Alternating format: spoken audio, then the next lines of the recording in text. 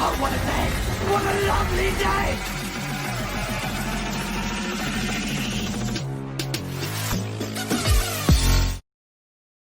Welcome to Flat Earth Debate Uncut and Aftershow. I'm your host Nathan Oakley, and if you are new to this channel, or you've not done so already, then be sure to subscribe, hit the bell notification icon and join button if you'd like to become a Nathan Oakley 1980 channel member and keep up to date with the Flat Earth Debate. If you'd like to support the channel, there is a super chat that runs alongside each of these shows while they premiere. There's also a PayPal, Patreon and crypto link in the info box below the video. Speaking of Patreon, I'm going to do a quick shout out to all of you who do support me on Patreon. So a big shout out of appreciation to Reese Pound, Dale West Watson, Mike, Henrik86, Muted, Dick Earth Skeptic, TheFlatEarthChannel.com, Chris Hillman, NA Literalist, Steve ALM, Maria Neelands, Unbelievable Productions, Blue Ridge Ranger, Rob H, Burn Fat Till My Stomach Is As Flat As the Earth, Nathan Thompson, The Real Gabster, Wind Rider, Missouri Bear, Liam Nedrick, Dank, Owen Jennisons, Abraham Mohammed, Dave Rakia Gafford, Naibai, Adrian Quintana, Skeptic936, Life is Short, Fireball X, Felix Hung, Texas Mike, Edwin Johnson, Kirsten Smith, Tina Baker, Alexander Main, and David Wayne Foster. So another massive thank you to all of you for supporting me on Patreon. Now we are joined hopefully by several people in Discord, so I'll raise the mic on them and you can enjoy their dulcet tones while I set up for today's live show. That's where your logic is. Well, as I've said before, I'm not an expert in this, but from my reading of it, it does make sense. It does. It makes sense that they supposedly went to the moon in 1969 and nothing after that. It's quite expensive though, isn't it? That has to hold on. Everything from cars to phones has advanced except for travel to the moon. Are you kidding me? Well, they don't. Do they need to go to the moon again? I don't know. I assume that's why they don't.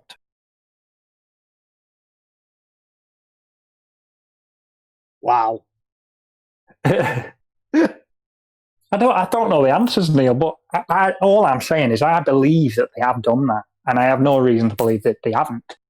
That's the difference between you and me, I think. Think I get a mic check from someone? Can't hear you, mate. Sorry. Yeah, You're good. Who is that? Go fuck yourself, vacuum. That's charming. That was a joke, mate. It was a joke. No need. Remember, keep the cursing for the after show. Bad. I'm telling that to Nathan because he had a couple of slips the other day. Yeah, vacuum just burns me. Who are you again? Sorry, you've sworn at me, but you haven't introduced yourself. You know who I am, Dick. I genuinely don't.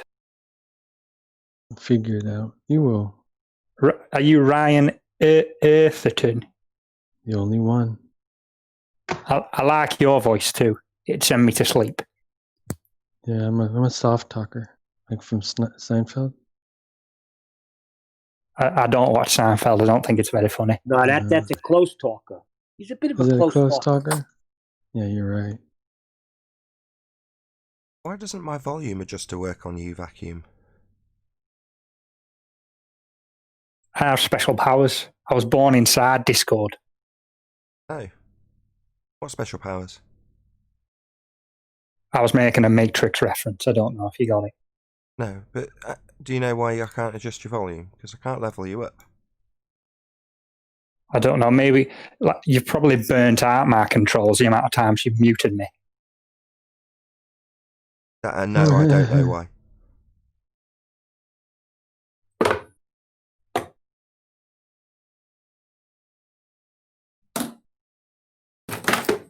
No, you don't know why? Must be special. What's your special? You could say that. Oh, come on. Let's not debase ourselves with that kind of humour. No, I'm serious. I'm dead serious. You're very you're different. You're special. Thanks. Very, very, very odd to me. I think it's my voice. I mean, if you boil it down, if you got a computer to say the stuff I said, the way you it wouldn't be that treat other special. people, and the way you talk to other people, the way you seem to want a friendship, but then you, like the way you talk to certain people, you seem like you genuinely want to get along, but the way I you don't do say it, I don't the say others anything are like, nasty. "Go I don't fuck say yourself." anything inflammatory, do I? Not necessarily. I But don't the way know. you go about it, you rub people the wrong way. I don't in real life, Ryan. I think if me and you went to pub, I think we'd get on like a house on fire. I don't drink. I haven't for like 5 years. Well, you can have a Coca-Cola or something. Yeah, I'm good.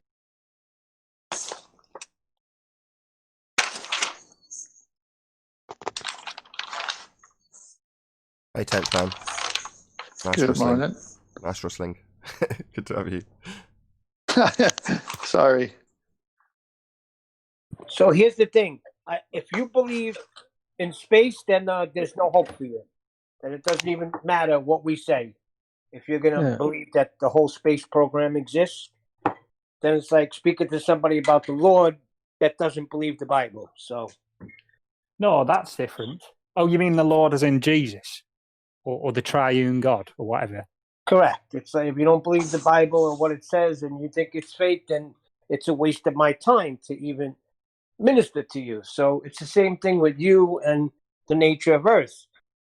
If you believe in the whole space program, then it's like a waste of breath. So I'm done. I agree with you. It's like number one test, man.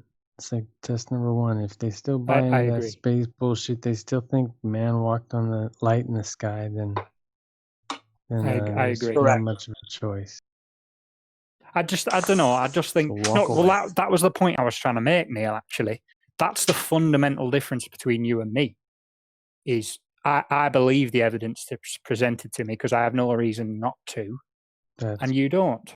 What does evidence mean? Oh, come on. Let's not start that now. What do you mean? You've used a word. We're breaking down what you said. Evidence means... evidence for example, like you present the black moving swan on. as evidence. Just ignore Nathan then. So my point's not valid. Let's move on. You used this word, evidence. That means proof. I'm addressing what you said. No, you didn't. You said, let's not get into that. Well, I decided to address it. If I will, if you want, like. You don't have any evidence. No. I was going to address your concern about me claiming that I have evidence. You don't. I know. I'm going to address that if you'd like. Okay. What's your evidence? Well, the evidence is the same as your like black swan evidence, isn't it? You've got a black swan that debunks the geometric sphere edge horizon, formerly known as Earth curve, as proof of Earth curve. Kind of like that. No, but it's like Well, no, that kind of makes no sense then. So not like the black swan, that debunks any assertion that we have a geometric sphere edge for a horizon. Definitely not a claimed evidence of globe. So what you just said was nonsensical. So let's just address that first. Definitely not got a piece of globe evidence that's like the black swan. That's stupid. No, at the end of the day, it's a picture and a video. Let's not assess what the black swan is. Let's assess the fact that you said when asked for evidence that you got something like the black swan. No, you haven't. That's nonsensical because it debunks the claim of a globe Earth. So let's just address that first before we move on. You've said evidence. You haven't given any. You haven't got any. And then when I've asked you to actually provide some or detail what evidence you've got, you've said black swan. That makes no sense. That's stupid. If I wanted to, I could go take that video myself. I can get to that place. You cannot get to the place where you're taking videos that NASA takes. End of story. Well, you can. I mean, the university I went to, for example, they release weather balloons on a regular basis. Why have you completely ignored me? What's going on? Neil, let's just try that one more time. So, you said you got evidence. I said, what's this word mean? You said, let's not get into that. And I said, no, let's definitely get into it. What's evidence? I pointed out that evidence is proof. And then we went on to what you've got. And then you said, I've got something like the black swan. And I pointed out that's stupid, like completely retarded, because you don't have something like the black swan. And if you talk through me while I reiterate this for the third time, you won't take part in the conversation. It's not Nathan addresses the stupidity of a globe head in his statement that's incorrect, moving on after third repetition. No. You're going to tolerate me pointing out how stupid this statement you've made is. Then you're going to address how stupid it is. Then we're going to get back to the fact you don't have any evidence. Not just waffle on about back in the university days. No, we're not going to have any harp music. We're going to address the fact that you think you've got evidence, and you do not. So far, Black Swan, definitely not your evidence. That's a debunking of a sphere-edge horizon. So, do you want to try again after addressing the fact that that was nonsense? Not ignore me for the fourth time. What do you want me to address again? Get out. What?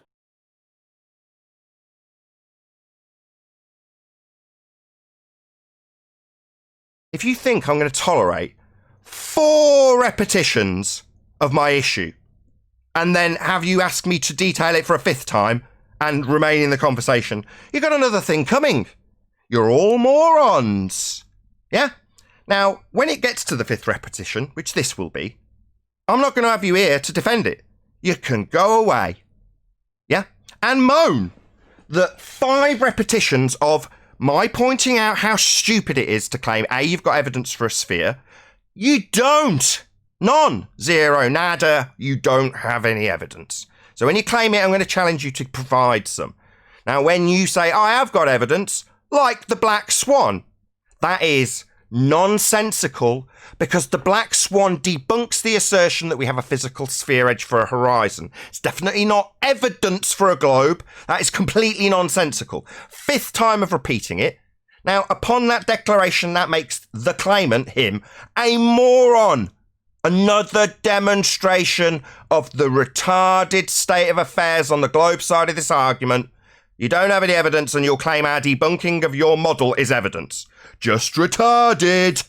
Bye-bye, retard. Is that the best you fundies have got? Do better globe defending.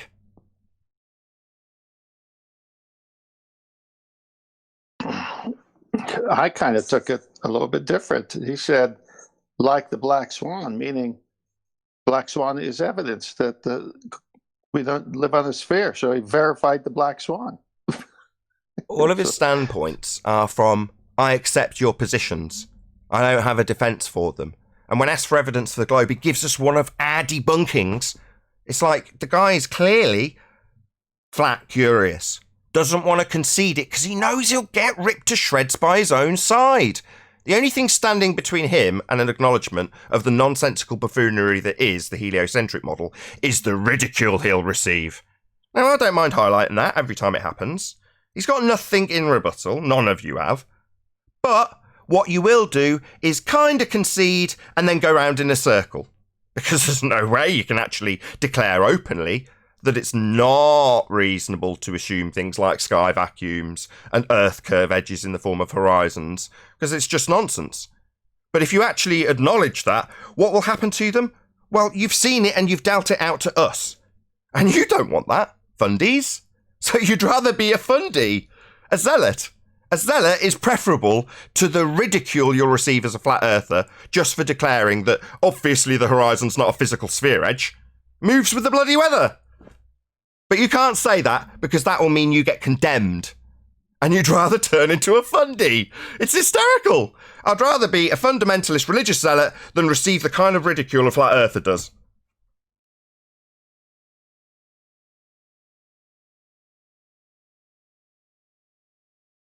Yeah. He could have just answered it, but it took the long way. What I'm going to do from here on in is ridicule them, but with demonstrable stupidity, with their own words and their own actions, and berate them for it, humiliate them for it.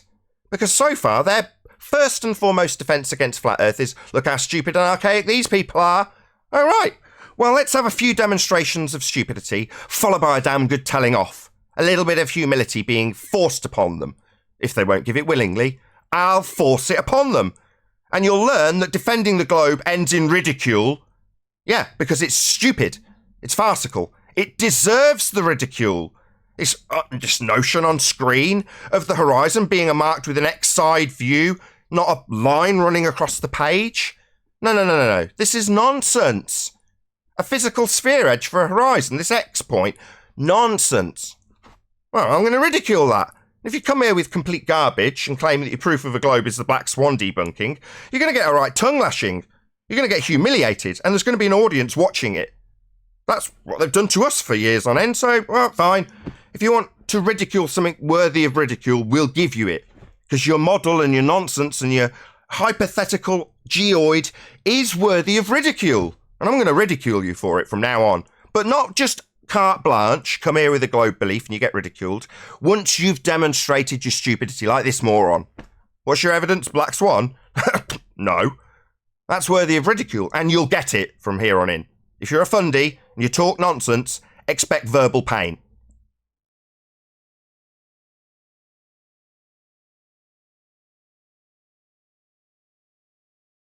Now I see what you're saying. I was addressing a picture.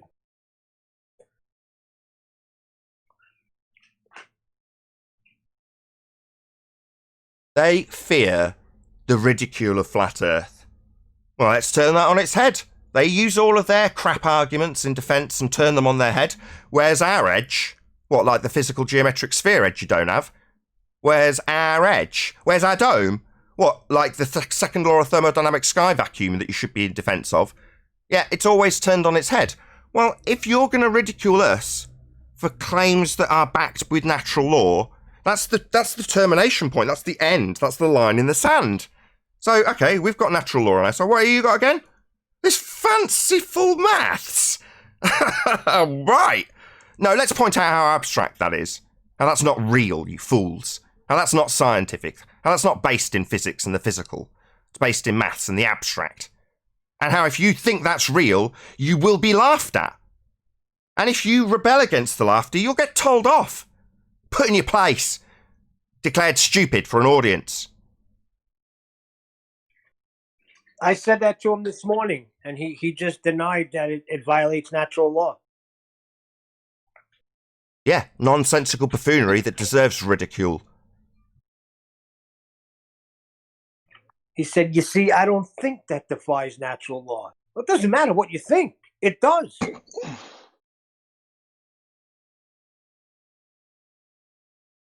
It has reached the point where I think, well, what am I being ridiculed for? Well, not having an argument? No. No. Just being a flat earther. That's it. And the spew of nonsense garbage that we get in defence of the globe is laughable. Let's start laughing at it. Alright, you think that the carte blanche automatic response is to ridicule me because I'm a flat earther? What's that? You think the horizon's a physical edge? Oh, right, that seems stupid. You realise it moves with the weather? What's that you say? Where's my dome? You think the sky is a vacuum? When I said it to that fundy earlier, his name's Vacuum, he objected. A couple of days ago, I said, yeah, the sky vacuum. Oh, let's not be harsh. Let's not claim the sky is describable as a vacuum. That's what you think it is, moron. This nonsense. Yeah, let's put it into those terms. Not outer space. No, let's take it from the mystical sci-fi nonsense and put it in the terms that people can understand, nice and simple. Sky vacuum. What? That sounds a bit wrong. Yeah, you're damn right it does. Stands in violation of natural law.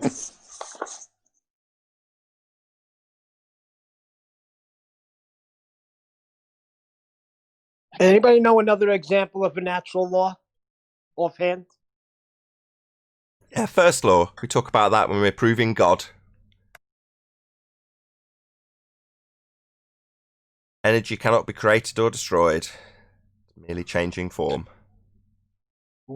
How come nobody fights against that one? They do. But the basis of their religion is everything out of nothing in the form of a Big Bang, Neil. They absolutely brace against it. It's at the centre of their origin story, mate.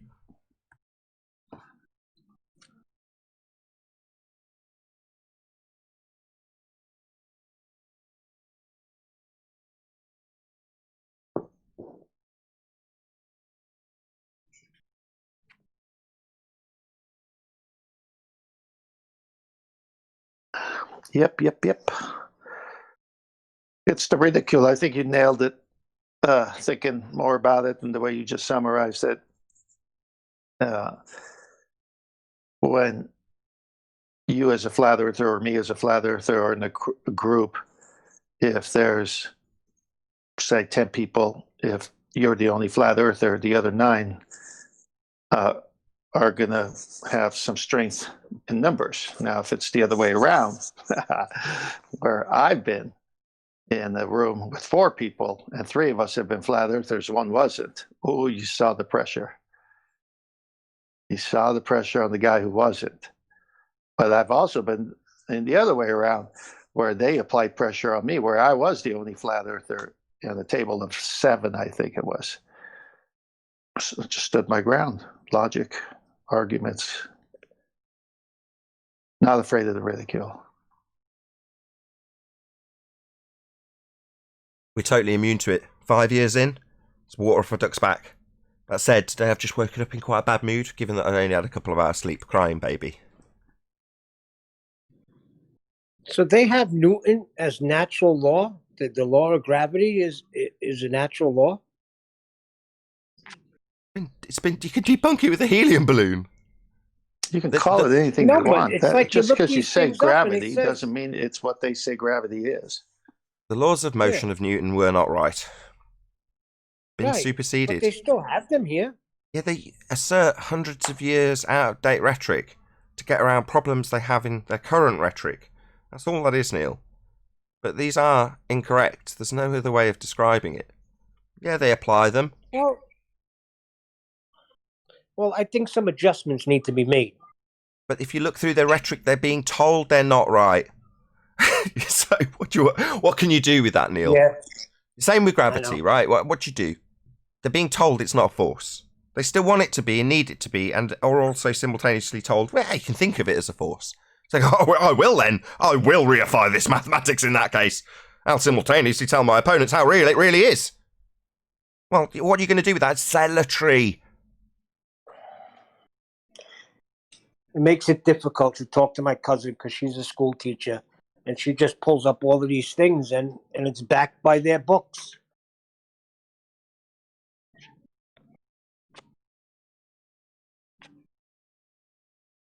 Just snip out stuff from QE's presentations. That's Zeus guy. Yeah, He's I trimming share- out I bits. I share Zeus. every show with her, and QE shows. I share them with her. So I guess she just got earplugs in her ears, like Rumpus. Got to be capable of just trimming a bit out. I was about to give an example. So Zeus, this guy who's in the chat frequently, does make videos, quite weird videos about talking backwards and shit. Nevertheless, he makes videos that are trimmed out from a QE presentation, for example, or sometimes me.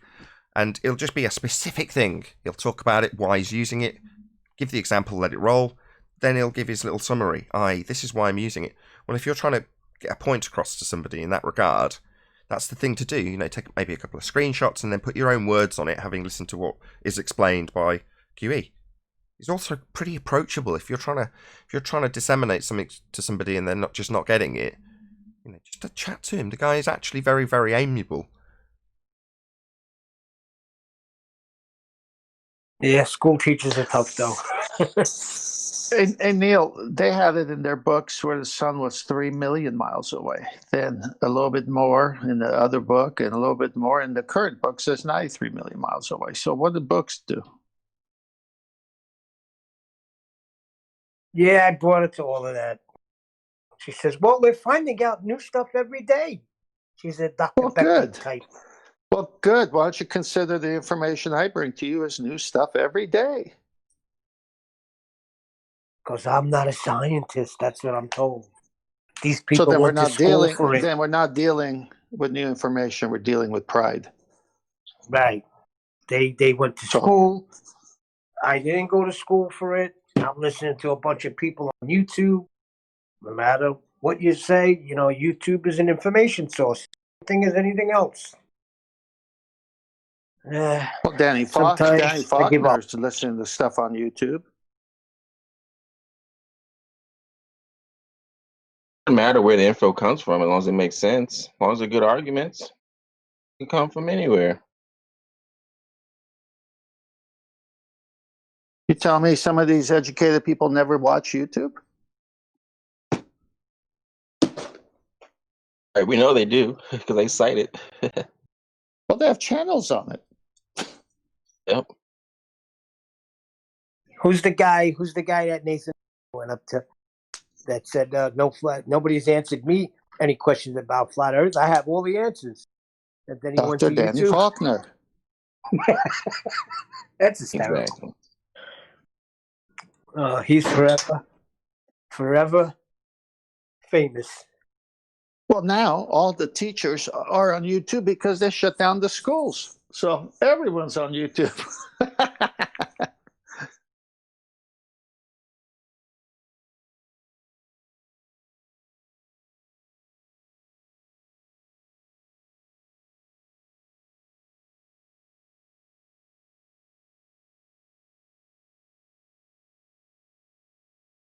It's all gone very quiet. A moment. No problem. I'm sure we'll have plenty of things.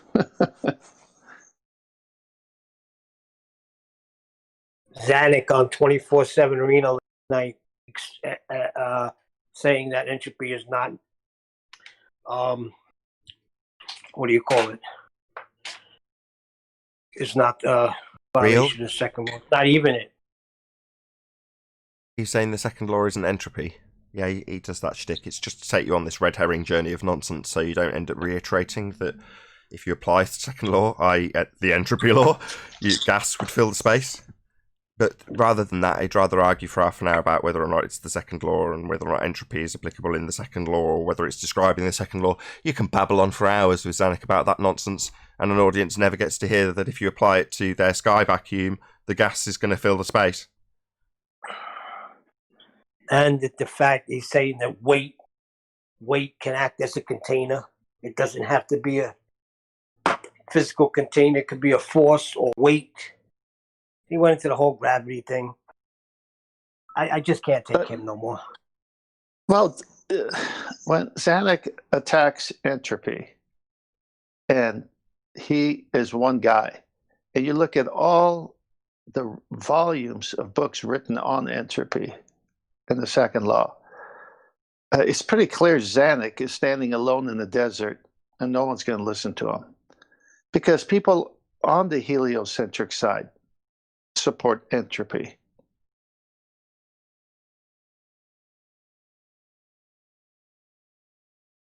He gave an example of gas pressure out of container. What's that gas? Sulfhexafluoride or something? What is the name of that?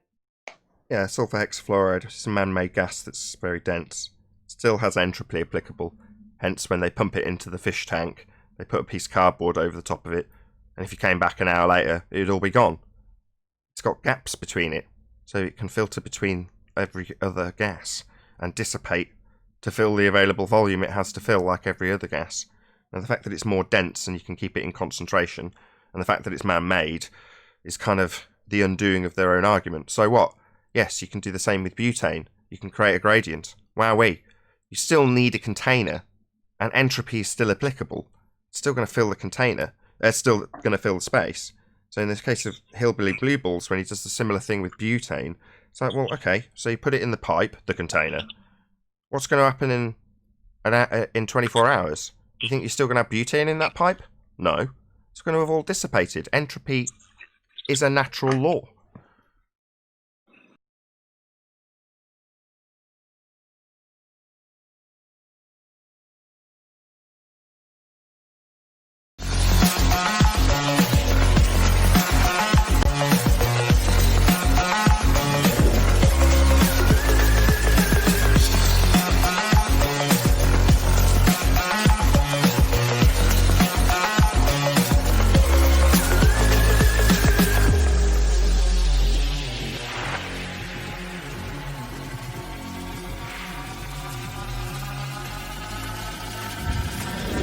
Oh, what a day! What a lovely day!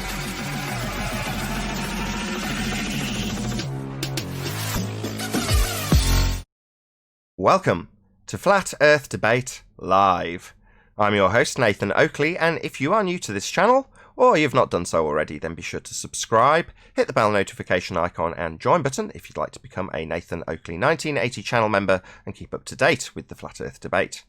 If you'd like to support the channel, there is a super chat that runs alongside each of these shows while they are live. There's also a PayPal, Patreon and crypto link in the info box below the video. Most importantly, if you'd like to join the discussion, simply mute the page you are currently watching, then click the link in the info box below this video to join the panel and express your views on the nature of Earth. If you do join, please don't swear. If you do, you'll be ejected, and if you are, please don't try to rejoin the stream using sock accounts. You'll be warmly welcome back on the next stream. Please also share the show on social media. Sharing the show obviously increases the live audience, but this in turn increases the chances of a more diverse panel, so please share the show on Facebook and Twitter. And one last time, if you're new to the channel, or you've not done so already, then be sure to subscribe, hit the bell notification icon and join button to keep up to date with the Flat Earth debate. Now, we are joined by Paul Hall and 10th Man in G+, together with a whole bunch of people in Discord, so welcome one and all. Good morning, all. Good morning. Hello, hello, hello. Good morning, good afternoon, welcome. Good to have you all. Let's hopefully get a bit more participation from the Discord server with today's housekeeping questions. Let's see how we get on. Any evidence of a physical geometric sphere edge horizon that's formerly known as Earth curvature, asserted in Earth curve calculators, and so on and so forth? Any evidence of that physical geometric sphere edge horizon? Place where boats used to disappear. Is that what you mean? It's the thing they used to claim was blocking boats and buildings, Neil, yes. Earth curve. Haven't seen any. Not from And I think Griffith they Park even say now that either. you can't even see the geometric horizon. Yes, we're told we can't see it, that's right.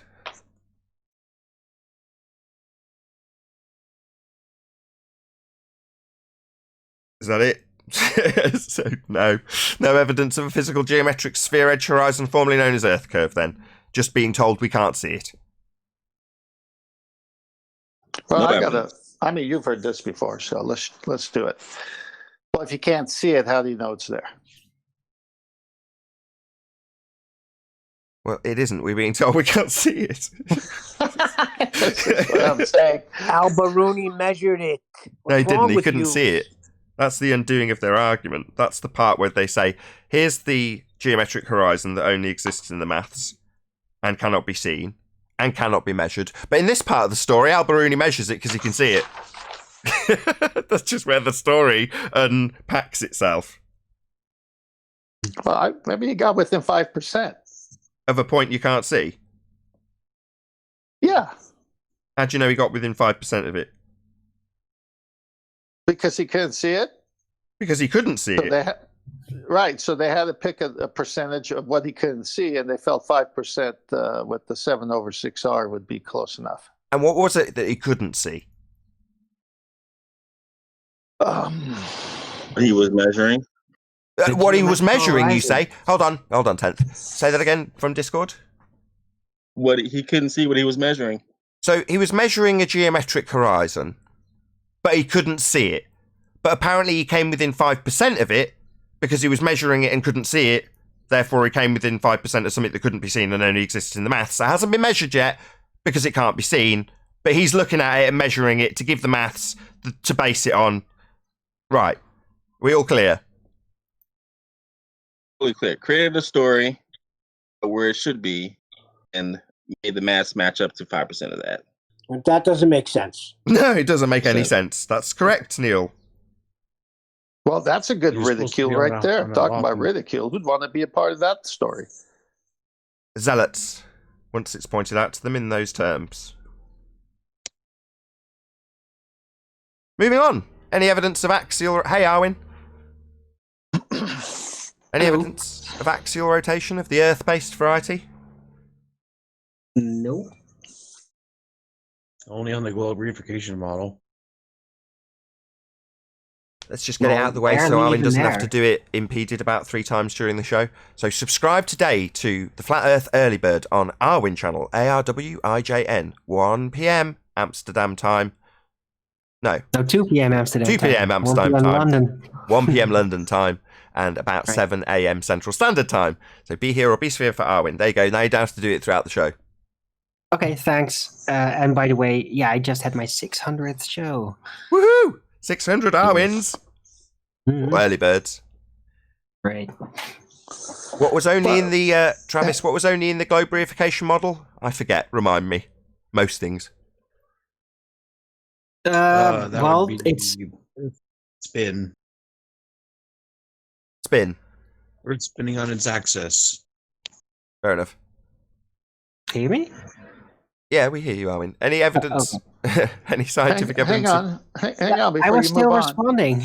Oh, I asked Travis, but I had to cut you off because Travis was responding. But go ahead, Arwin. Right. So, yeah, we as flat earthers know the typical natural consequences of the reification of the globe and it's spinning and what the natural consequences are. But the ballers themselves are within their presupposition overlooking it because they're always telling us how there is no sign of any kind of motion. You know, the atmosphere is moving in lockstep. You just don't see any of it. Although still there are people that claim that throwing a football actually is involved with Coriolis effect and all that. But with the people that we talk to that are supposedly fighting in the trenches, they don't even claim it anymore. Which is very odd because they should if they took their model very serious. Well, are you saying, Arwin, that this is Al-Biruni's second non-verifiable test? We were talking about the Earth motion, right? No, this isn't Al-Biruni. Well, I mean, you think no, maybe I know. I'm overlaying a very common. You said Al-Biruni. I did. Couldn't see it, but he measured it, but he couldn't see it, or stated that he did. So it's obviously going to fall apart. The Earth is moving, but we don't feel it, but it's moving. It's going to fall apart. There's two in a row, the same kind of nonsense is correct. What I'm trying to tie. That's correct. And that's why they're both top 3.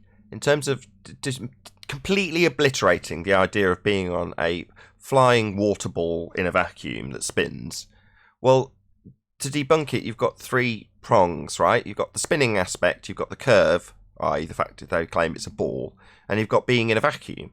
Well, top 3, debunking, as Arwin has just done, the claim of spin. You've got to have an effect that you can observe that proves it, and that would be Coriolis. Hence, it's asserted by the Neil deGrasse Tysons, because that is the rhetoric. You have this observable Coriolis deviation caused with spinning, according to the claim. Well, that's an effect that we should observe, but that's got consequences. If you've got Earth turning underneath things, giving you an apparent deviation from the ground, i.e. you look up at something in the air and it seems to take a curved path because you're spinning underneath it, well, that means you're spinning underneath stuff in the air. Shortening flight times and having drones drift away from you, none of that happens. So the consequences they deny in the trenches, as Arwin detailed. They tell us all about how we wouldn't see that effect, the very effect that's supposed to be proving they're spinning. Therein lies the demolition. So Coriolis effect becomes a top 3 globe debunking. And what do you know? It's like when I detailed the dome earlier. It's just something that gets reversed and put against us.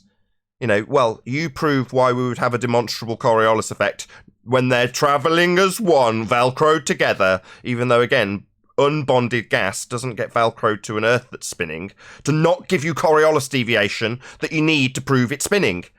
So we get challenged to give them an example that's not Coriolis effect. Well, why do we have a guy running up and down a train or a plane and throwing a ball and it not drifting? Well, you're supposed to have drift if you're proving it spins, and you're supposed to be observing it from the spinning reference frame, not in something that's a bullet that you might be observing to have Coriolis effect. So, you know, this cluster screw has been very concisely detailed by Arwin. At trench level, they tell us how we won't have Coriolis. And at priest level, Neil deGrasse Tyson level, they tell you how you will have and do have Coriolis to prove you're spinning. But it's just the contradiction that we have to highlight as a top 3 debunking of the globe. You know, number 1 on the list being Black Swan. If it's a globe, you've got curve, you've got a physical sphere edge. No, you haven't. Black Swan debunks it. So we're told with a hand wave we don't have one. End of globe model. But further to that, we don't have any spin. There's no Coriolis deviation, even though that's the precise thing they claim they should have and would have and need to have, but don't have.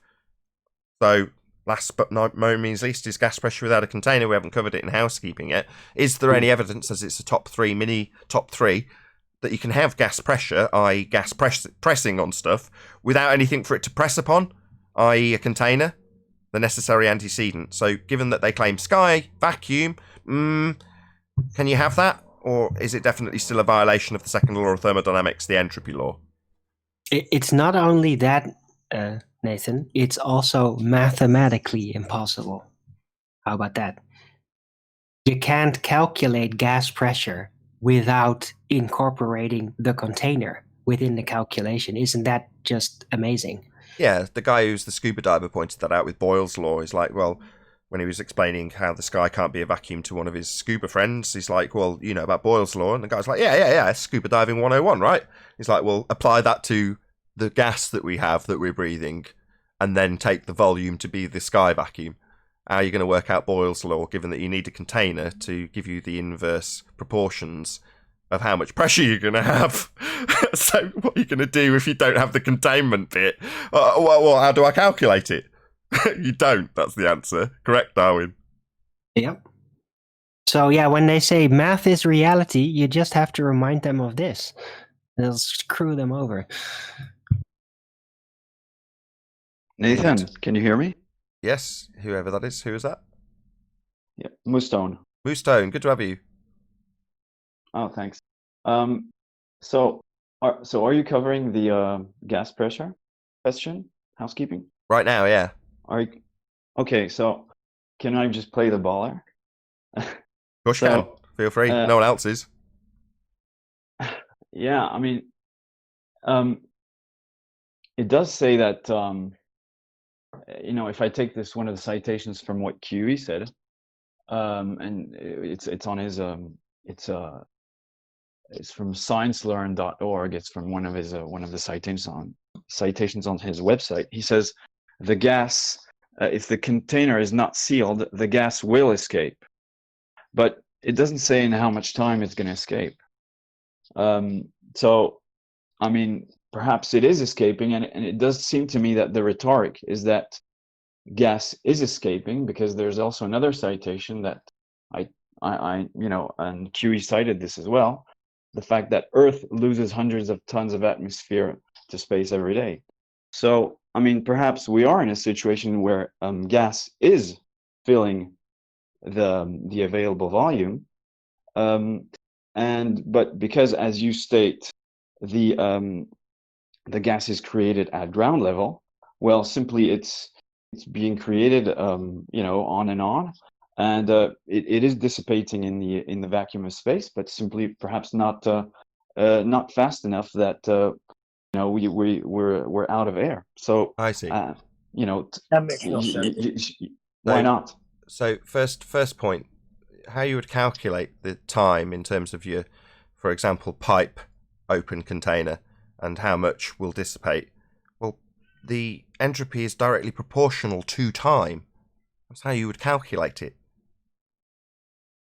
That's what the second law of thermodynamics gives you, how you can actually quantify that. It's a description of the process of that gas filling the space, which it must do. That is the essence of entropy. So that's the first thing. The second thing is to say, if the sky was a vacuum, a little bit of gas would fill it.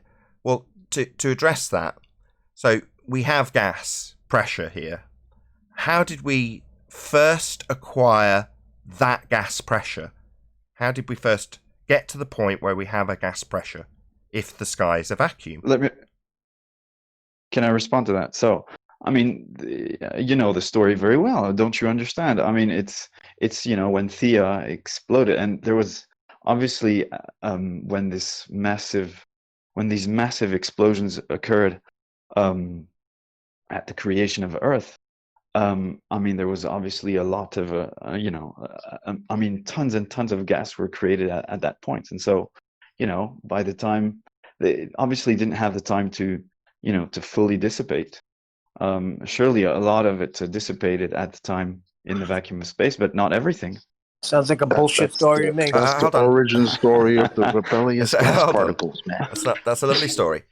But to reiterate my question, or to repeat it, how did you acquire the gas pressure in the first place? So Thea smashes into Earth, lots of gas generated. just told Okay, you. lots of unbonded gas particles being generated. Okay, let's just entertain this just so story for a moment. Okay, from there, all this gas is just out there. How does it become pressure? How does that happen? How do you first get the gas pressure?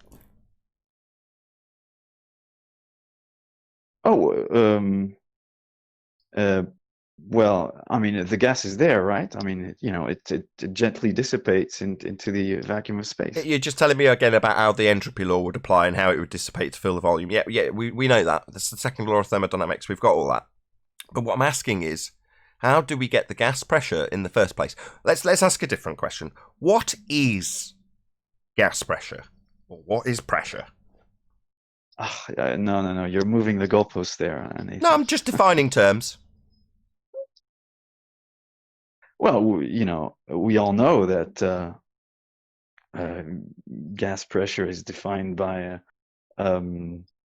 Actually, I forgot. I have a bit of humility here. I forgot, but it has. No worries. The force exerted on the walls of a container, or its container in the case of gas. So the force exerted on the walls of its container would be the gas's gas pressure. My point is, to have the gas pressure, you must first have containment. First containment, then gas pressure. So if you were to say, well, a little bit of the gas pressure is leaking out into space, into the volume that's available to it, well, how did that gas pressure first form before we get to this idea that we've just got it and a little bit of it's getting away, not just dissipating at vast rates in line with entropy, given that it's a gas trying to expand in all directions, and it would instantaneously fill the volume of space. But brushing past that, how do we get the gas pressure in the first place? I don't know. My God, I'm getting interrupted. Nathan, I think he's trying to suggest that I don't know. the amount of can I answer? Dissipation of the gas Arwin won't let you. Arwin won't let you. ground. You're interrupting me. Arwin's interrupting me. You're now interrupting Arwin. Okay. I think he was trying to suggest that. Can we find out what he's trying to suggest rather than you divining it? Thank you. Thank you. I'll be quick. I promise. So look, I mean, the answer to you, Nathan, is I don't know. But it seems to me that you've sort of whistled past my. You don't know how we get the gas pressure. Oh, I do. I do, though. Yeah. It's an interesting that you'd have a question to follow up with for me, but I know how. We'd need containment. It's an antecedent-consequent relationship. Without the container, there can be no pressure. So I'm saying, given that your story of Thea didn't have any containment, we wouldn't achieve gas pressure for you to have this just-so story of a little bit of it escaping. Well, maybe a lot of it escaped, but still. All of it would escape because it would never develop in the first place if you didn't have containment. You'd never develop gas pressure to begin with. Without the container, there can be no pressure. So in this scenario, there'll never be any attainable gas pressure because there's no containment. So where do we get the gas pressure from in the first place? Well, we wouldn't, that is the answer. But we definitely have gas pressure. So I understand. I see your point, but wait, what are you then suggesting that it would be impossible? I mean, if we just entertain the Thea story, where there's these massive explosions,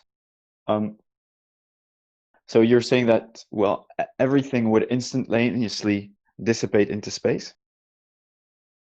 Yeah, without the container, there can be no pressure. The gas that's developed by this mass explosion in this just-so story of Thea is just going to dissipate into whatever volume it has available. It's not going to suddenly decide, hey, you know that rock down there with an exposed core because Thea smashed into it? I'm just going to hang around here. That's not how gas behaves. Will dissipate in time, Nathan, don't you? Yeah. In time. Proportional to time. It's quantifiable with the second law of thermodynamics. That's correct. It's called entropy. Proportional to time. After this massive explosion, supposed explosion that you're talking about, what do you think would keep the gas remain on the outside of this this ball that just got hit after this explosion? Oh, nothing. In a vacuum. Nothing. So then Nothing. how would we have dissipating. any gas pressure if it would all just dissipate? Yeah. As all this is happening, It's just in a taking vacuum. time to dissipate. That's all. Don't you understand? Yeah, taking time to dissipate, but not taking its time Yes. to develop gas pressure. That's our point. So, yeah, you keep describing our point, which is that it would dissipate, but you need it to form Yes. gas pressure, all hang around together pressing on stuff. Right. Well, and while it's technically- dissipating, it's still pressing, right? It's going in all What was directions. it? Ah, perfect. No, it's got it there in the end. What's it pressing on? Exactly. Given that it's expanding Well, in on all directions with all vectors, what's it pressing on? Well, on everything, in the vacuum and on There's Earth as nothing to well, press huh? on. What do you mean pressing on everything? There's nothing to press on. It's just a space It's for it to going in fill. all directions. You're missing the container part, buddy. Yeah, it needs a Right. container. It's going in all directions. The amount of Is it force not going in that all will directions? expand- Yeah, dissipating. It's exploding. Not forming pressure. That's right. Expanding in all directions, not forming pressure. It only forms the pressure when it hits the container. Yeah, and it moves with great Mm. force thanks to Boyle's law because, if you're going to make the container the outer space universe, that's insanely large. So it becomes an extreme number. And with extreme numbers, Boyle's law calculation, extreme forces are applied to the expanding gas. That's right. With extreme forces come extreme responsibilities. Don't you forget it. Where? No, but you don't understand. Are you saying that gas that is dissipating Who is not doesn't breathable? understand? Well, it's gone. How are you going to breathe it? It's gone. We'd be dead. Well, it's not. It's not yet gone. It's not yet gone. It's it will be gone eventually. Very, but very it quickly. That's what will. Arwin's just explained It with Boyle's will. law to you. Did you not listen to what Arwin Okay. just said? I know you're playing devil's advocate, Moose Tony. This is good fun, by the way. Arwin just I'm explained just it. trying to anticipate their argument. If you take the volume to be space, I think he's serious. if you take the volume... No, I'm not serious. Can you stop rumpusing? Hello? You've ignored Arwin's point, so rather than you just constantly interrupting me, I'll get Arwin to repeat it. Hopefully you won't interrupt him. Arwin, go ahead. Okay, well, I was just trying to explain. You're dealing with trying to figure out gas pressure. So if you're going to calculate the gas pressure on a ball Earth in the container of outer space universe, which would have to be the container, or you couldn't be able to make a calculation for the gas pressure, then that container is extremely large, which will cause extreme forces for the gas pressure expansion within the entire container. So extreme force in the gas pressure expansion is a natural consequence of Boyle's law due to the insane size of the presumed container in that scenario. Exactly. So a high Okay, level so- of entropy, a short period of time. have a question. Hold on. Short period of time, high increase of entropy. I have Okay. a question. Okay, but can we just calculate? I mean, how much time it would take to dissipate? Yeah, we postulated this a few shows ago, maybe about a month ago, and we had arguments that it might take as much as, I don't know, 10 minutes for every molecule of gas to piss off into space and every single sodding bit of water on the planet, claimed to be spherical, to vaporize and disappear entirely. Now, I would say 10 minutes? Nah, more like 3 seconds. But let's put it this way.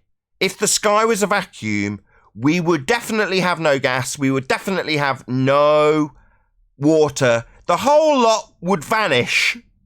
I would say instantaneously, meaning within a few seconds, everything's gone. Because you've just got this massive volume available to the gas for it to fill. And fill it must. Yeah, and by the way, the 10-minute estimation is based on a vantage point where everything that we know is still there. If it never got the opportunity to form that way, it would be half a second probably. Yeah, that's a good disclaimer, Arwin. So in other words, to take that 10-minute example would mean you've got Druidia with its dome around it. So you've got the capability of the gas to form in the way we experience it. And then you just remove the container. Like, pop, there it goes, it's gone. And then 10 minutes later, everything, including every drop of ocean, has vaporized. in that scenario. Now, I'm saying that, given your theory hasn't even got any gas pressure in your example, it would never develop in the first place. It's not hypothetically got a Druidia dome around the whole bloody planet that doesn't exist and isn't feasible because we've debunked the R value. No, you'd never have that opportunity for this 10-minute elapsed duration for entropy to take hold, for the entropy increase to dissipate everything we ever see that's worthy of turning into gas. That would happen. It's not a question of how long. It's like, yeah, we would all be dead right now. None of us would be breathing if the sky was a vacuum. Okay, well, can I just closure on this? One of us doesn't understand. No, I'm just kidding. Actually, I got this idea from it was a few years ago. A debate from a few years ago. I think it was in the UK. I just don't remember who it was, but on the globe side, they were actually claiming that. Exactly what I said. So you have gas that is escaping, but by the time it's escaped, some new gas has been formed at ground level. Which is why we still have enough gas and to breathe. That's retarded. Well, there's only one way for that to be possible, and that is that the amount of gas that would be produced here on Earth would then relatively rapidly have to be sufficient to fill the entire universe and keep on going. Then we would literally be the central point of gas pressure for the entire universe, the spawning point of it. So we'd live Probably in a giant generate wind quite a lot of wind, right? If we were filling what they claim is the available volume, i.e. outer space sky vacuum, with gas, that would mean we were pumping it out at such a rate to keep it. It's just so preposterous. Anyway, I'm just going to do a quick shout out to Tony. Is it Shuka? I hope I'm saying that right, but huge fan, but rarely live. Oh, well, thank you very much for joining us live, Troy. My bad. So here's my chance to contribute. You guys are the tip of the spear with hilarious entertainment and modest too. God bless. I wholeheartedly agree, Troy. I often note how modest I am and encourage others to compliment me on my modesty. So I'm glad that you mentioned that. Thank you. I'll mention it again. I am extremely modest. I'd just like you to all know that. So modest. So modest. Thank you. Hold on, everyone shut up. Chocolate. Hold on, that's enough talk about me. Chocolate, can you talk about me? You're just dripping with modesty, brother. Thank you. I think we should talk about this for a little while. while. I think we need to explain antecedent. Humble. I we should dwell on that for a while. Think, No, enough that's the sarcasm. modest Tolan's argument. Unmute Brian, says Unitox Vemu. Where's Brian? Brian muted? Oh, my bad. I'm so sorry. Sorry, Brian. Thank you. No worries. My pleasure. I think you need to explain antecedent again. I think we all get... I've got a bit of a teaser. Go on. Do you have to have a container to have a vacuum?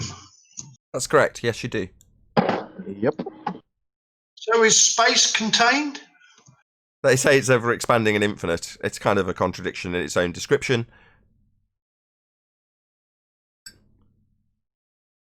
So what you're saying is to have absolutely nothing, you have to have a container. And to have a vacuum. Yes.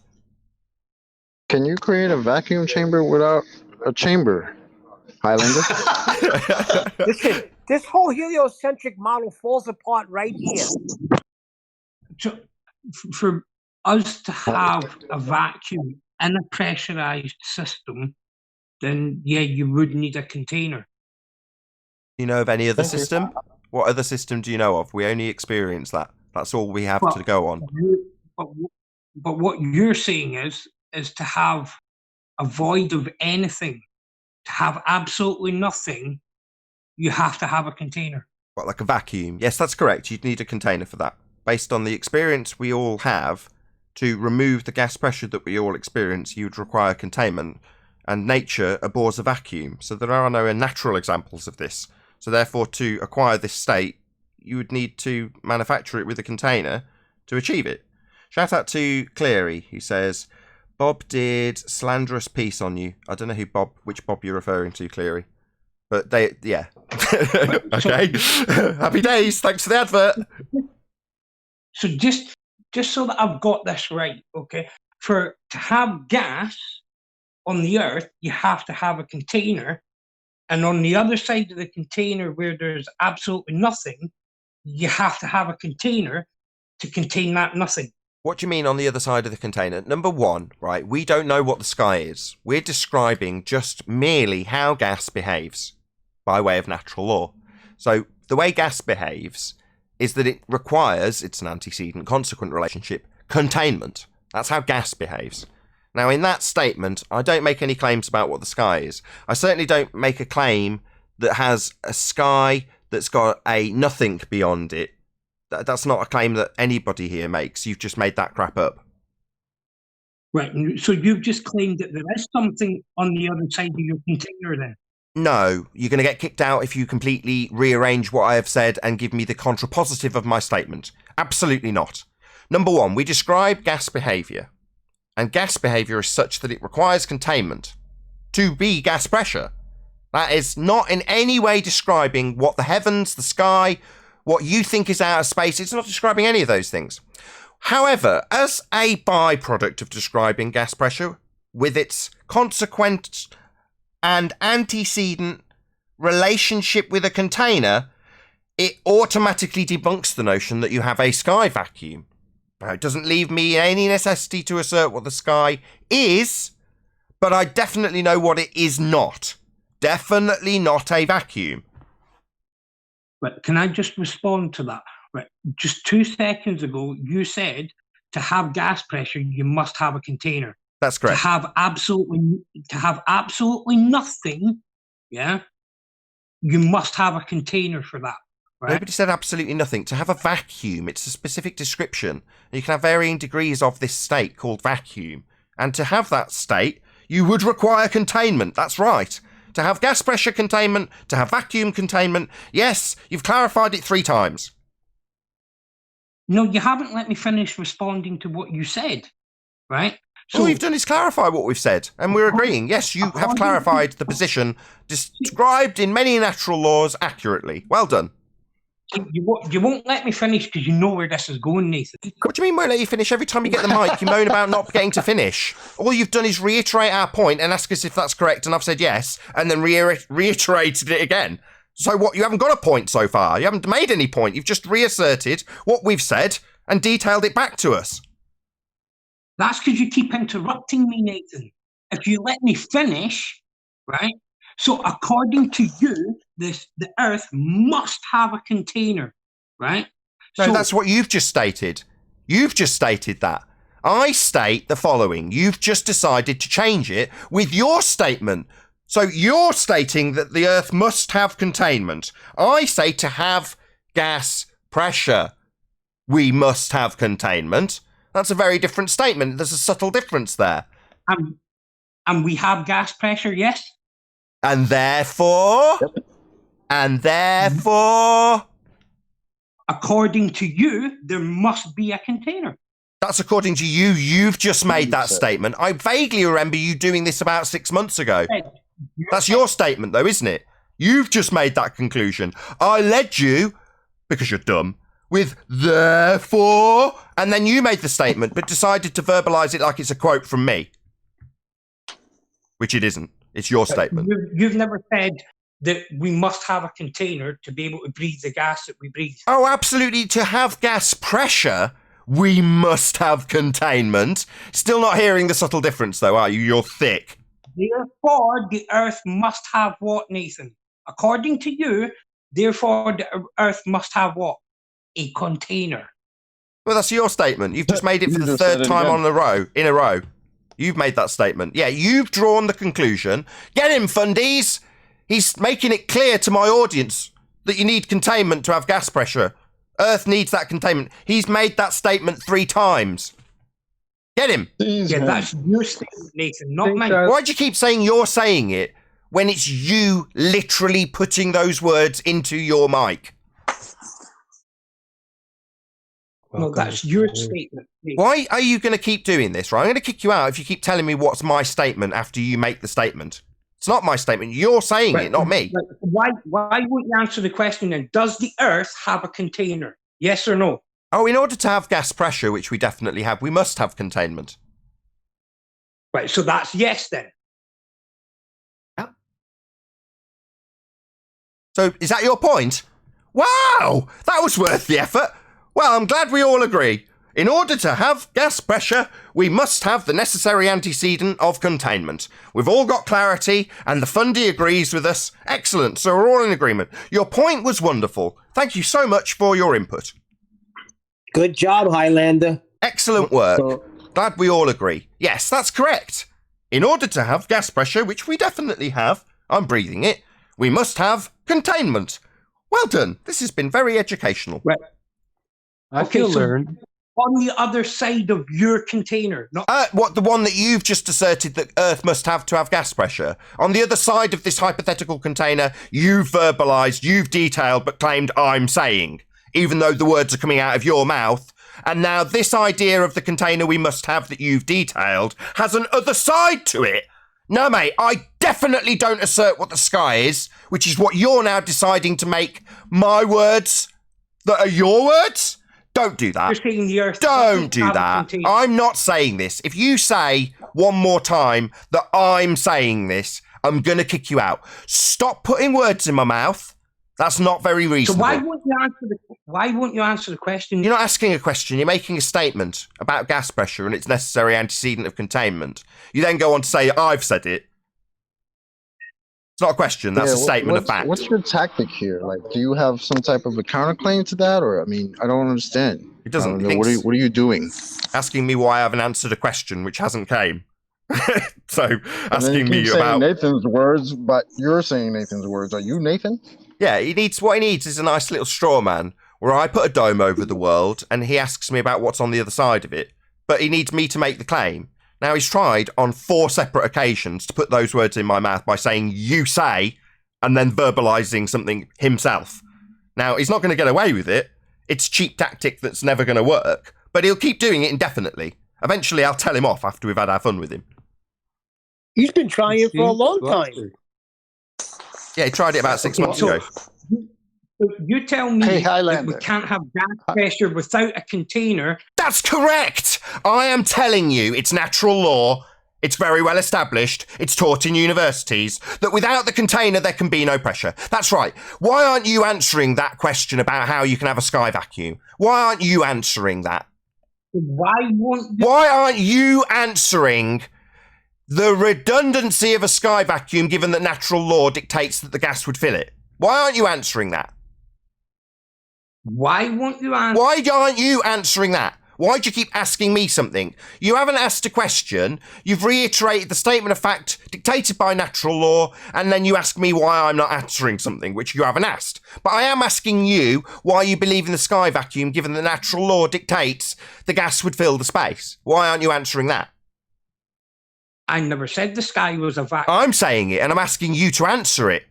You don't have to ask and answer your own questions here. You said the sky was a vacuum, Nathan, not me. Oh, really? So that's where you get ejected.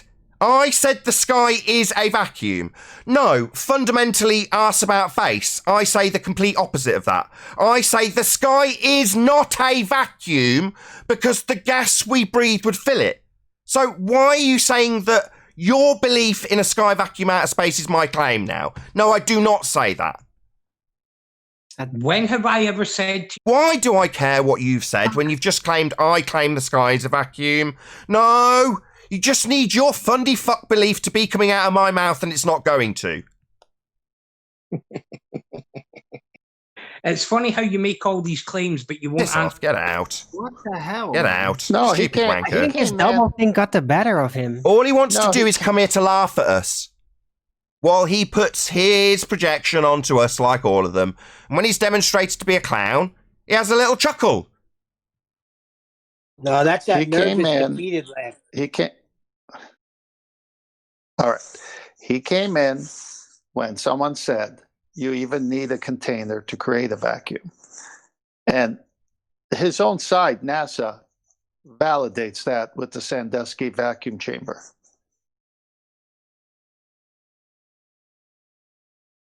Next, Highlander's a moron, Vacuum Guy's a moron. That's what we're dealing with, morons. This is the level we get. Hey, Chemo.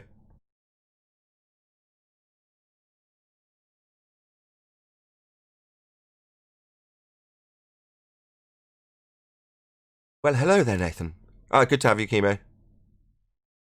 Well, jolly good to be here. Sorry, I was just dashing to the mute button. How's it going? Dealing with fundies, same old, same old. What's up, Chemo?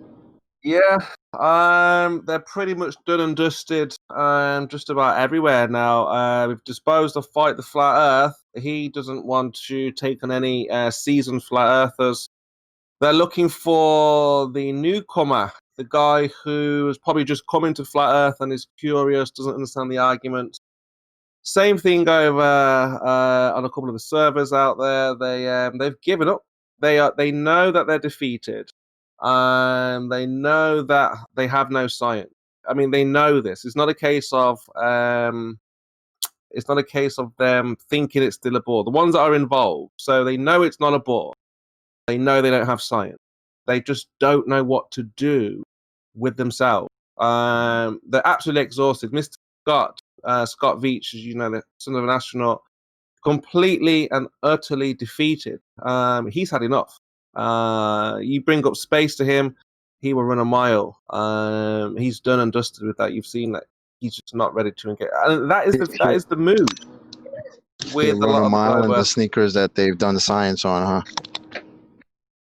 Look, it's a new feeling. I was on this morning over there, just outlining how the flat earthers we're in this, not alone, but you know, we have to try and bring the message forward. There's not a large group of us, and the idea is just to try and discredit us, so we kind of lose hope or lose heart or whatever it is with the message. Doesn't seem to work. You know, we've got so much information out there, so many people to talk to. It's just they don't seem to get this is an ongoing, everyday thing, occurrence. You know, they seem to think they can just enter into the fray, put forward their narrative, their preaching, their story, and we should just believe and accept. So, you know, we're going to see an interesting year this year, I think, is avoidance of the highest level. They're going to try to avoid well-seasoned flat earthers, simply because the embarrassment is just too much to bear. They just simply don't have the argument. So we're going to see that a lot. So unfortunately, Nathan, it's going to be like that. You're going to get like Highlander, for example, who, you know, he has no idea about where to begin with science, but yet, you know, he wants you to make claims so he can kind of knock you down, discredit you. That's the idea here. Again, this is the plan, is to discredit flat earthers in any way, shape, or form they can. Now, you know, all we can do is raise, you know, the awareness that we do, and just keep going and just show them that we will be the leaders of the new school. Yeah, sorry, go ahead. I was going to say you're right. So we're here to expose that crap. So, Chemo, are you saying that the heliocentric model can't handle the housekeeping questions? They've had it. I mean, try to find a ball earther that can last 1 hour. You know, with these questions, it's rare. It's getting more rare, and not just like you might think. I mean, anywhere. I mean, I'm over at Gem, and you've got 20, 30, 40. Now, you might think that's a lot of ball earthers who, you know, have got a lot of information. None of them are equipped, are able. I mean, this is dark raven madness is what we're experiencing. How can this be? You know, and then none of them between 10, 20, 30, 40, 50 of these globe earthers can get together. And like just today, just this very hour ago, so one of the flat earthers had a question about saturation, about how the plants are saturated or something, you know, and this kind of got the ball earthers' appetites, you know, going a little bit. They tried to explain it with seasons and with the tilt of the globe. So between them, none of them could figure out what was the cause of this, and the axis tilt. So it's, the whole thing is just it's a mess, really. Like I say, they it's might almost need a like you have to radius. advertise a new audience somewhere around the world and say, look, are you aware that we've been lied to? Hold on one sec. It's like, because Hold on it one sec, seems we've only seemed to get Chemo. the internet people Chemo. What axis? What Hold on, Neil. Licked Wink. Did you want to add something? You're just causing a load of audio chaos at the moment. Litchwink. Hey, Litchwink. What's going on? Didn't want to add any. He's gone shy. He's from Germany, so I'm not sure. I mean, not that. I mean, his accent is. Litchwink, don't be shy. Come out. I'm sure he will. It just wanted him to know he was causing audio chaos with his microwave open. Feel free to carry on, Chemo. That's all I wanted to do. Yes. Yeah, Litchwink, for example, a great ball earther. I mean, again, I don't know why he doesn't engage, but he does it a little bit with me over there. But he saw the moon landing when he was 10, so on the television. So, that really indoctrinated Litchwink here, that the moon landings were real. Oh, he's gone now. So he's on the spot a little bit here. You see, that's the thing that they're under. They're under immense. It's just a total embarrassment. Who wants that in their life, right? To be embarrassed. It's not a very good feeling. And these guys have buckets of embarrassment. So, is he back? Obviously. But I don't know what we're going to do. I mean, as flat earthers, we need to get the word out there. But the ball earthers, I mean, before, when you say they're running scared, like, you kind of just say it as, like, they're just running, But literally right now, you can go to them, you can wait for them. You're not going to get an hour-long discussion without, someone freaking out. Yeah, well, they're on the losing side of the argument. That's a painful position to be in. Sorry, Nathan. I was just going to say, for all the ridicule and that end of what we receive, I think in many aspects, you went over and discussed it earlier, Spurs, they're terrified that if they concede a point, suddenly they're going to have their own side ridiculing them. And we've seen it a couple of times where somebody's accepted a point and gone, oh yeah, I understand how that's not a reasonable argument to make. Their own side pretty much pounces on them. Immediately. So there's a new guy in there. Well, he's relatively new. Jeremy, he goes in there. He's flat. He was on the face. He was on the fence, and then he became like a earther because of the way the globers couldn't prove their claims, and so now they're all trying to correct him, trying to bring him back, trying to explain. Like, they love their angles. They're going to die by their angles, like the sword on their angles, which is not obviously a practical measurement. But Spurs, can I ask I don't know. I mean, hold on, Spurs. I think they're just hold on, Spurs. Hold on. Go ahead, Chocolate. Yeah, Spurs. I was wondering because I noticed that server now has a live stream up, so it seems like they want to get the message, the globe message out, I guess. Why do you think that is? Do you think it's their desperation that they've reached, or they're just trying to branch out, which I don't really understand since everyone already supposedly believes that we're on a spinning ball? I don't know. Yes and no. I think Gemma's wanted to get it out, live for a long time, and what we've seen is a lot more ball earther channels trying to debunk flat Earth. So we've got like the conspiracy cats, we've got the Simon Downs, you've got the Fight the Flat Earth, you've got the Team Skeptic. So you've got a lot of these ball Earth actively trying. I don't think they're trying to prove the globe. I think they're just trying to ridicule flat Earth more per se. Because again, they can't argue. There's nothing to argue about. So all they can do right now is just be children, like ridicule. So it's childish mentality, really, isn't it? If they think, well, yeah, we have to resort to name calling, is what you would do at school.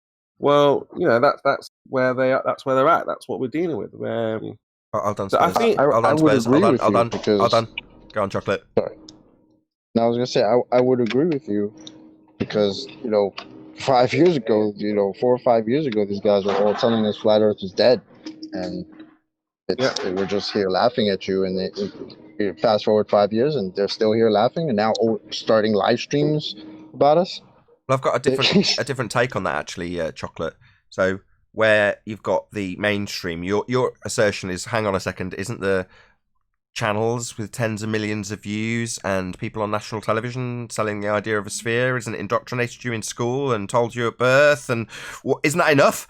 Well, no, because they've got their trench level arguments that need to be permeated to overcome the flat earth arguments, so they need to promote them, hence them setting up a server to permeate the trench arguments.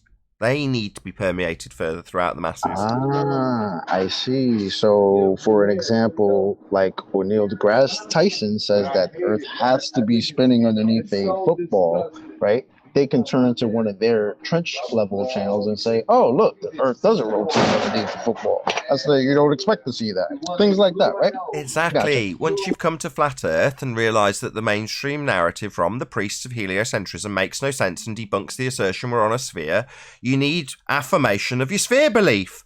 Well, what you need to do is go to the double speakers, and the double speakers will tell you how, no, I know Neil deGrasse Tyson says Earth spun underneath the ball, but it doesn't. And this is how. And should anybody challenge you, this is how you tell them. Conservation of momentum. Do you understand? You don't? Well, then you will get the ridicule that these flat earthers get. Do you understand? Now stand in line. Get on board. Nathan, can you hear me? We can. Okay.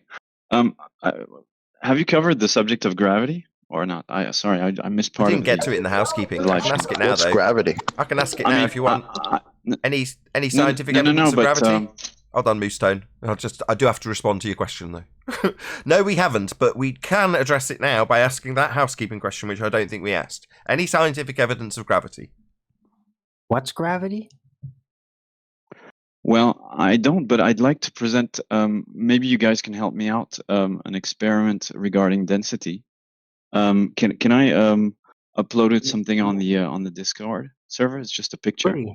Yeah, sure. So let me go and fetch that. While you're doing that, what was the observed phenomena, first and foremost? What's being studied in this experiment?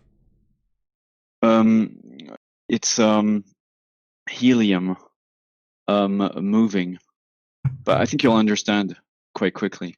I have it there. Upload. Right. Everybody bring it up. I've just uploaded it. Perfect. Is anybody in the G+ panel in the Discord server also? Give me a second. Okay, You're talking about this box with the blue dot in it? Yeah, correct, exactly. Okay. So what's the phenomenon we're observing? Just so I'm clear, what gas moving upwards? Is that the phenomena? Look, I mean, I'm trying to do something a bit similar to what Sleeping Warrior did. It's a masterpiece, so Nathan. what I'm supposing what I'm supposing is that what I would observe would be so this is a closed box. Maybe let me start describing that. But this is a closed box, and it's going in from so right to left on these small wheels, and it's filled with air, but it's completely airtight. It's filled with air, and it's got a balloon with helium inside. That is, it's tied by a rope to the ground of the box, right? And So, this okay. sort of mirrors. And so when you move it in from left to right, from right to left, what I suppose is that the observed phenomenon will be that the balloon goes sort of tilts left because the air mass, so the movement, the acceleration will cause the air to be denser on the right side than on the left side. And so, contrary to what perhaps would happen if if the box were not closed, if the box is closed, actually, the balloon. So it's the tilting of the balloon to on the left side, which is towards the less dense air, which would be the observed phenomenon. Where's this observed in nature? He said that it was akin to Sleeping Warrior's example. So when I asked him what's the observed phenomenon, he said some things in nature fall, some things rise, and then he gave an example. So he's like, if you see a leaf on the top surface Oh yeah, of sorry, water, I missed that part. Sorry, it might sink. Well, my bad. I, I mean, didn't exactly interrupt you, most stone. Annoying. So he described an observed phenomena of some things rise, some things fall. You can see this, and he gave a quantifiable example that you could observe in nature. Can you give me an example of this in nature? Okay, sorry for interrupting. It would be the same example as what Sleeping Warrior said, really. Not really. You're describing a balloon as you accelerate in a car, for example. So this has been demonstrated by Smarter every day. A helium balloon will go forward because the more dense mass of the air rushes to the back, forcing the helium balloon forward, contrary to what you might perceive would visually happen.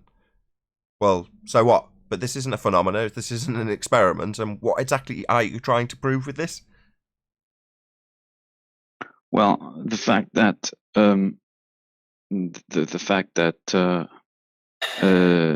relative density. Yeah, the alignment. He's pointing at the alignment. This is part of my earlier gravity defense. Remember? Hold on. Exactly. Yeah, the alignment changes. I'm trying to show the relative density and something that is actually going sideways, because there's always this debate with ballers. Oh, but why does the less? Why would why in a vacuum? Why would the more dense go downwards and less dense upwards?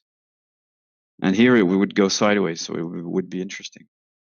That's essentially what I'm trying to. It's still going up and down. That didn't change. It's just that there's other forces besides relative density disequilibrium also being applied, causing lateral displacement on top of the relative density displacement. So Correct. That's how that works. In your example, the balloon had to be tied to the bottom of the car. Yeah. Well, my claim is that it would be the fact that air is denser on the left side, on the right side than on the left side, that is causing the displacement of the balloon towards the to the left. Okay.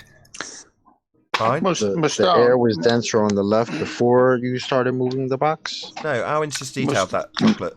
Yes, there was another force. Still going up. But, You can't stop it from going up. This is fascinating, but I'm failing to see what this proves or disproves. I'm just going to ask, what does this prove? I was going to say, Moustone, do whatever you want to do, but why do you think you can call this an experiment when it's not a naturally observed phenomenon? Because I just looked outside and I don't see no helium balloons floating. Exactly. Hold on 1 second, guys. So QE will have a show running, and we are live, so it's relevant for the live audience. Any chance you can do a quick plug for your show that's coming out at 7 p.m. UK time, 1 p.m. Central Standard today? Yes, sir. Thank you. It's Recap plus Coriolis effect. It's from 2016 with Cathexis. Thanks. It's Coriolis effect. Recap plus a little bit of the Coriolis effect. Got a little bit of everything in it, I think. I haven't watched the whole thing, but it's a mystery show. Okay. So if I was to ask if it has any bearing on the fact that you pointed out that you discussed this with Jen Panda on a show around the same sort of time, would you have brought that up in that show? I suppose you don't know if it's a mystery show. Yeah, it would have been around that time. Yeah, why would you say that? Because you mentioned it about 3 days ago. It probably was before that. I mean, Cathexis and I were together then. That's true. That's interesting. I haven't thought about that. Yeah, he couldn't get it. Timmy Clown laughed at him after about an hour and a half. Fair enough. So be here or be sphere on the Quantum Eraser YouTube channel if you are watching this live at 7 p.m. UK time, 1 p.m. Central Standard Time. And that's going to be Coriolis along with Mystery Show revisited, so be here or be sphere on the Quantum Eraser YouTube channel. If you are watching this on either Nathan Oakley 1980 or Nathan Oakley premiering streams, then stay tuned, as there will be an after show to follow. Unfortunately, if you are watching this live on Nathan Oakley 1980, this is where we bid you farewell.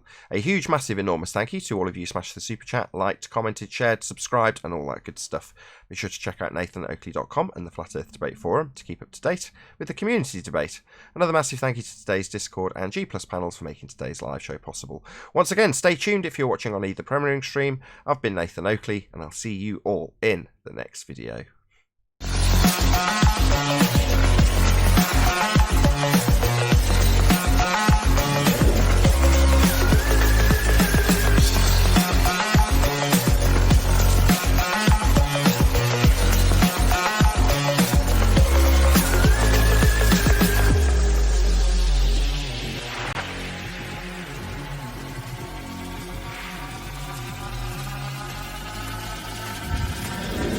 Oh, what a day! What a lovely day!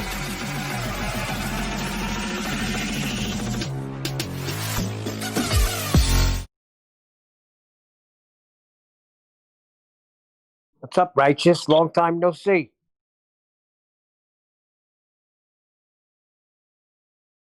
Everything is good. Where you been, man? I haven't heard from you. On the show or just in Discord? Just in Discord. I used to see you all over. I've been here yesterday. Just say you Chatting popped up by with the boys a bit. yesterday. Fair enough.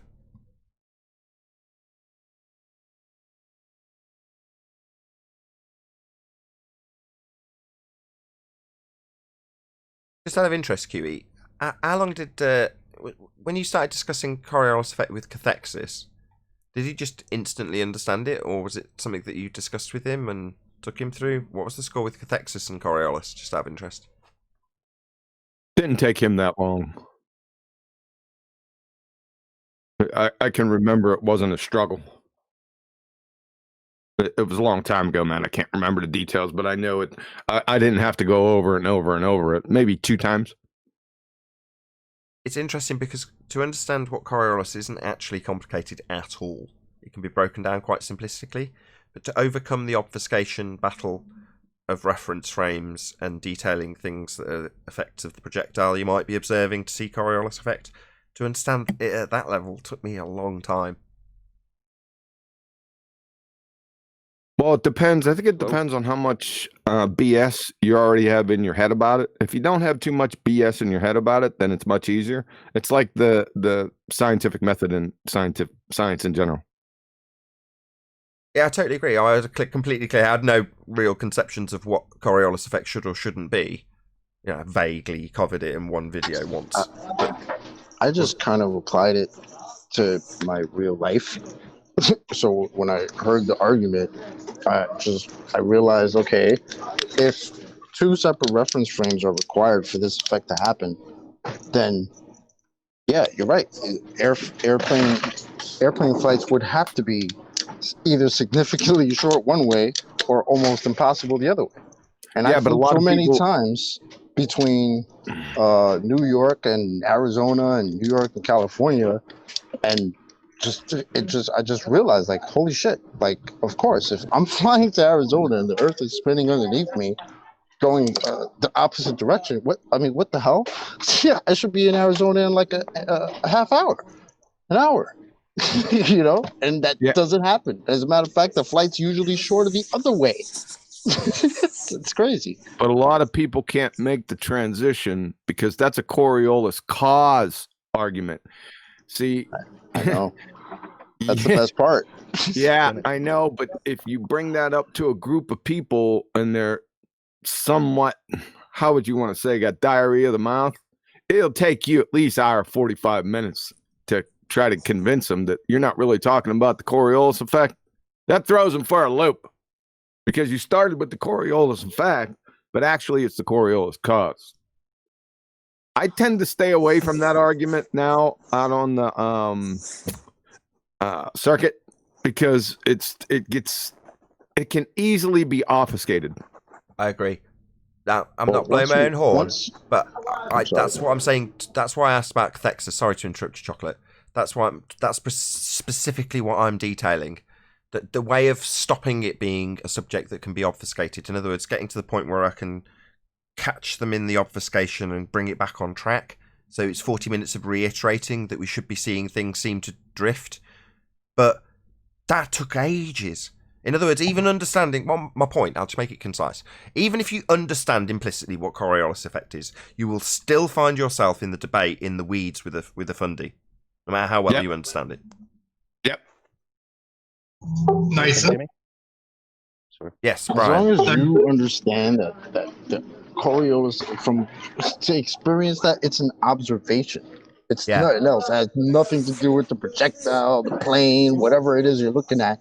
You are you are the receiver of the Coriolis effect. You are who is experiencing that. Exactly. It took me so long to recognise that in the double speak obfuscation, because obviously in the detailing of it, you've got a projectile. Now I like the lamppost because it's cemented into the ground, but you can still observe a Coriolis deviation in that. Let's put it in air quotes, projectile. You know, the lamppost that's not moving and concreted into the ground. But to see it seem to drift, you've got to be on a roundabout spinning around to see it seem to drift. And it's always going to be referenced from you seeing it seem to drift for it to be Coriolis. And even when John was detailing it so well and saying, look, no, when we talk about the flight times being reduced, that's the cause of Coriolis. I see the plane in the air seem to drift, that bit's Coriolis. I look at the plane, look at that plane, it seems to curve. Oh, wouldn't you know, it's not actually curving, it's just because we're turning underneath the plane. Well, that's Coriolis bit, but when you get to the we're turning under the plane, that shortens flight times. But that statement on its own in isolation, Earth turning under a plane would shorten flight times, absolutely devoid of anything to do with Coriolis effect. But that is one of the causes that would give you the plane seeming to drift. That is Coriolis effect. Nathan. Yeah. So you can't have one without the other. Exactly. It's a proxy on the Coriolis effect. Because if the Coriolis effect exists, the causes must also therefore exist. So I attack that directly. Yeah, and those causes would shorten flight times. Go on, Brian. You've tried 3 times. Go on, Brian. I'll just put a picture in there, some chemtrails. Wouldn't they be curved if there was a Coriolis effect? Well, yeah, sort of. So what you'd see in the projectile as it's traversing your view is it seeming to take a curved path. Well, that seeming to take a curved path isn't actually a curve. Well, what you're detailing in what you might see in a chemtrail that it's left behind is what? The not actual curved path that it's taken? Well, no, it doesn't reference that. It would not seem to curve in terms of that chemtrail because you'd continue to rotate underneath it until it disappeared from view. That would be, again, as a result of the cause of Coriolis. But as you observed it creating it, exactly correct. You'd look at it and go, it looks like it's curving from my point of view as you rotate underneath it on a claim to be spinning Earth. But like I say, because of that cause, bye-bye goes the chemtrail 10 minutes later, 15 degrees an hour. Can I ask a quick question? I only see straight chemtrails. I'm surely they're leaving the point in the sky where the plane was, and they're perfectly straight. Yeah, you should see the plane curve, just to give you a concise yes. Those are non-curving chemtrails. But there'd only be not actual curves anyway, from your vantage point. This is where we can... Right. Yeah, can I ask a quick question? Go ahead, whoever that was. Yeah, Moleman. When Go ahead, Moleman. Highlander was talking about his sort of experiment, you said that there's more, like the mass is moving inside the container there. Did you mean mass or something else? What's mass? Yeah, that's his point. What I'm asking. That's his point. Oh, yeah, that was the other guy. That was a Thailander. It's a slip of the tongue with most people. They automatically say mass. That got you conditioned. Mass. Right? They got everyone conditioned to say that. Even high school little physicists. Mass. Then I come along and put a little damper on their friggin' dreams. Because that word now. Yeah. Because let me tell you something, mass doesn't exist, and anyone that can fog a mirror knows it. That's why they dance around the subject. But once you take away mass from the mathematical physicists, which is a contradiction in terms, their world implodes, right? Listen, weakness, all this, all the pain that they're suffering, it's just weakness coming out of their minds, right? And there's a lot of it. Thanks. Yeah, interesting. I'll take that. We're all guilty of it, and me included. But just so it's not me, obviously I'm so humble. We'll blame Sleeping Warrior when he talks about his experiment, and he's like, "I added mass," and you go, "Oh," and then he corrects himself. I added salt. Yeah, I increased the density. Oh, and the one who provided your example with the observed phenomenon with that was me. I know it was by you. the way. I know it was you, and I didn't credit you. Just a technical point. It's correct. Quantum Eraser actually qualified the naturally observed phenomena in Sleeping Warrior's experiment. However, for the purposes of my narrative in the story as I told it, I asked Sleeping Warrior what his observed phenomena was, and he didn't say, "Well, actually, I asked Quantum Eraser that, and he told me as follows." Because that wouldn't sound so good now, would it? Hashtag same team, Anthony. Love you. Yeah, love you, Anthony. Shout out to you, my friend. What would density? Also gave him, what would density and be the without mass? hypothesis and independent dependent variables were mine also. You're buying the salt too? Did you pay for the salt?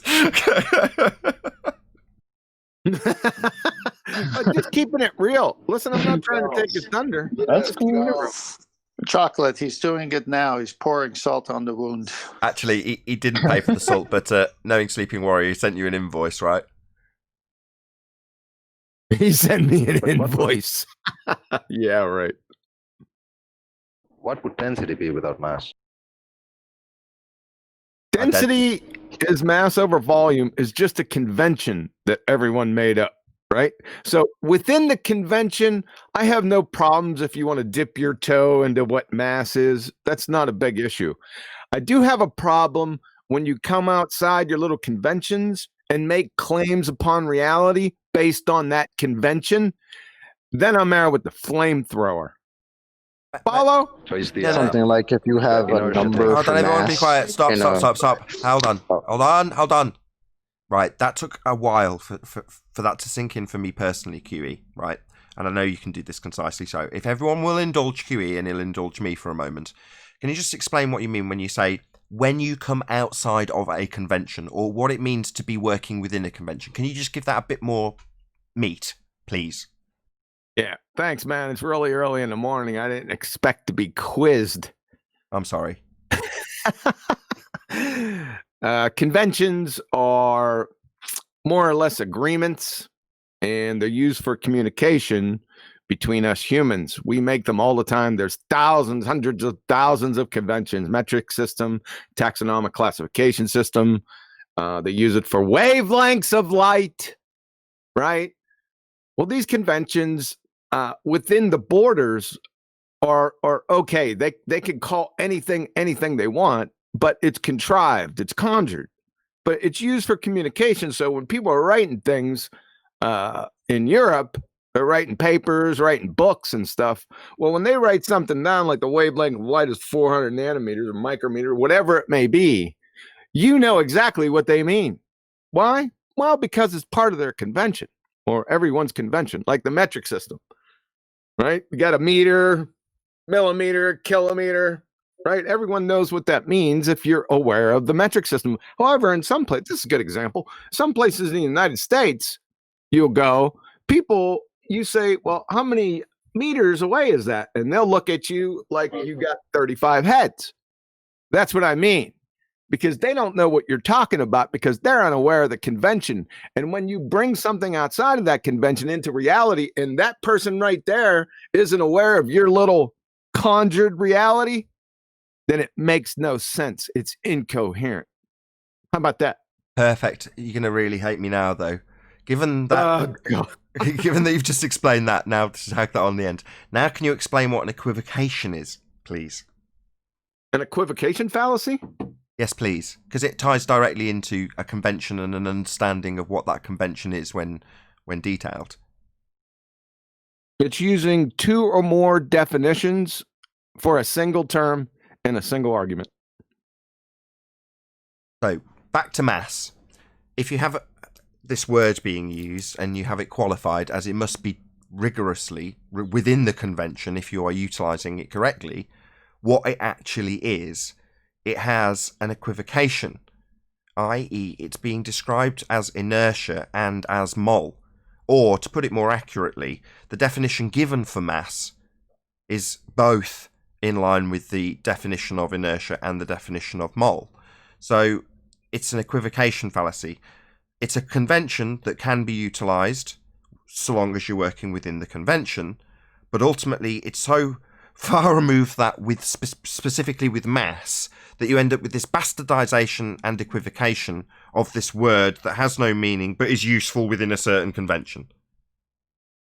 Thank you, QE. No, thank you. Very well done. You might want to clip those portions out right there because that succinctly defined the situation in hand. That's why I did it. I wanted precisely that, so that's why I'm thanking you again. Thank you very much. Yep, you're welcome. And thanks to Moleman. I think it was you that brought up the question in regards to mass, and absolutely, we are also guilty of saying mass when we might not necessarily always be working within the convention also. So yeah, we're guilty of it too. Yep, okay, fair enough. Same thing with weight, by the way. Wait, what's weight?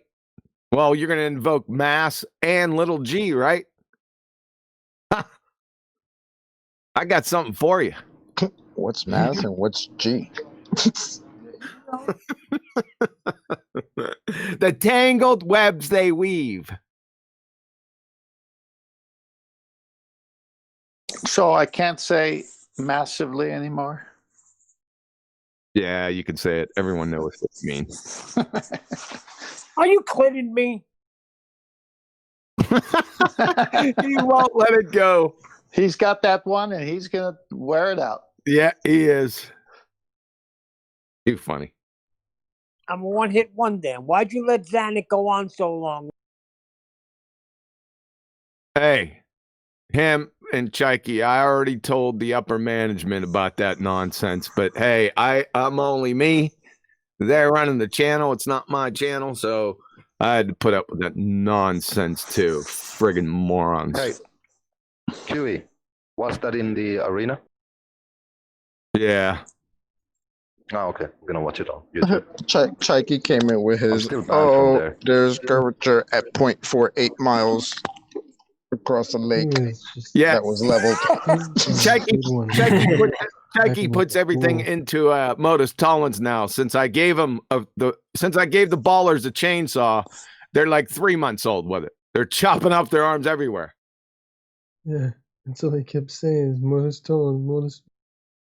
They put modus tollens on everything incoherently. It's a belly laugher. They must think since we have a modus tollens that absolutely destroyed their radius and made them renege their own geometric horizon, that maybe they could just turn it around and use it on us. What's the independent variable? Give them time. They'll be putting modus tollens on their cereal.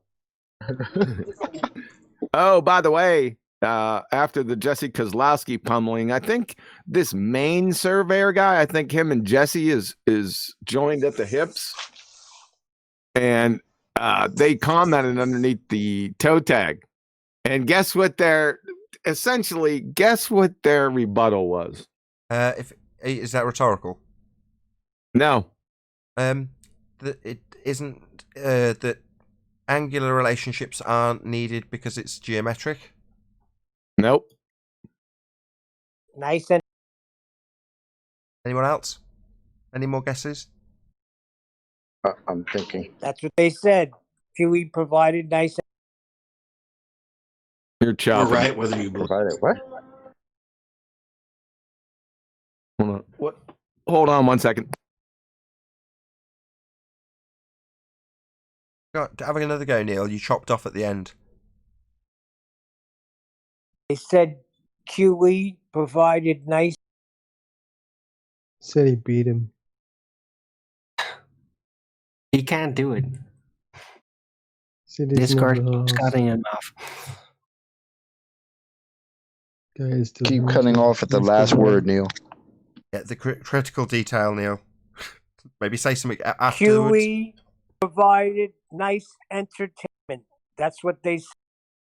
Provided good entertainment. So their rebuttal was to say very entertaining, very amusing. Right.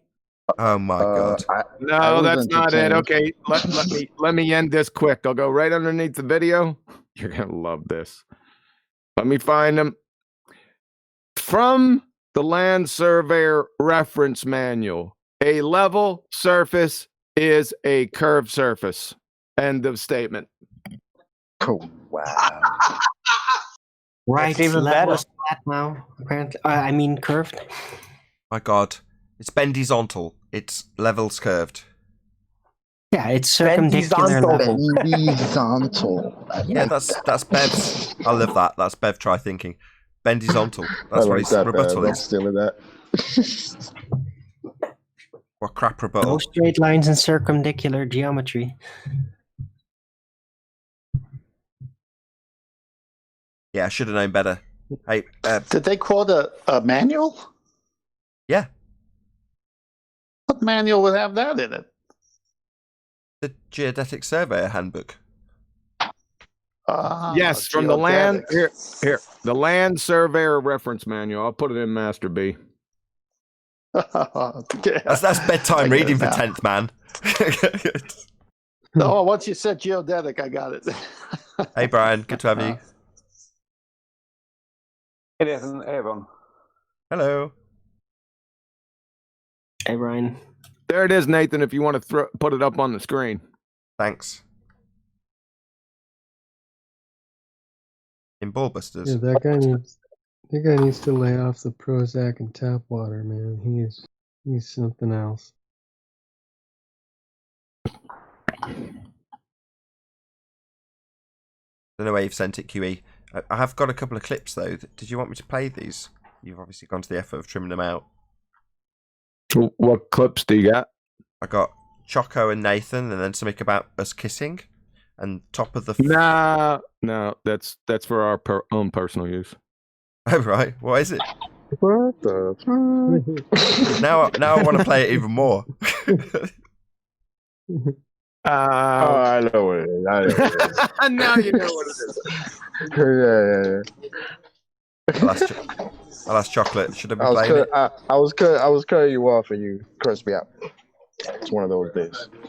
What's the other one? Is that top of the fuckwit pops? The other one. Yes. Is that worth playing? Is it? Yes, I love that one. Okay, we'll go with that. Hey, we have actually got a top 3. So in at number 3, shall we do the music? Dun dun dun dun dun dun dun dun dun dun dun. And here we are with top of the fuckwit pops for an answer to how can you have gas pressure without a container. In at number 3, it's the rumpus with the second law of thermodynamics does not apply to the Earth. Dun dun dun dun dun dun dun dun dun dun. And down 1 at number 2, it's the redneck retard with a demonstration of gas pressure, quote, without a container, by way of 2 containers. Dun dun dun dun dun dun dun dun dun dun dun. And top of the pops, fuckwit number 1. It's Thunderfoot Clown by changing gas into a solid with bonded bouncy balls. Dun dun dun dun dun dun dun dun dun dun dun dun dun dun dun. What do they win? They win number 1 Fuckwit of the Year award. Wow.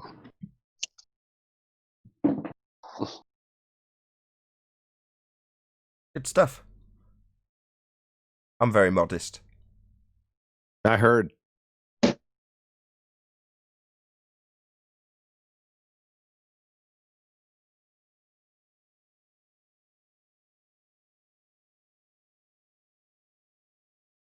Well, that killed the mood. I got another one.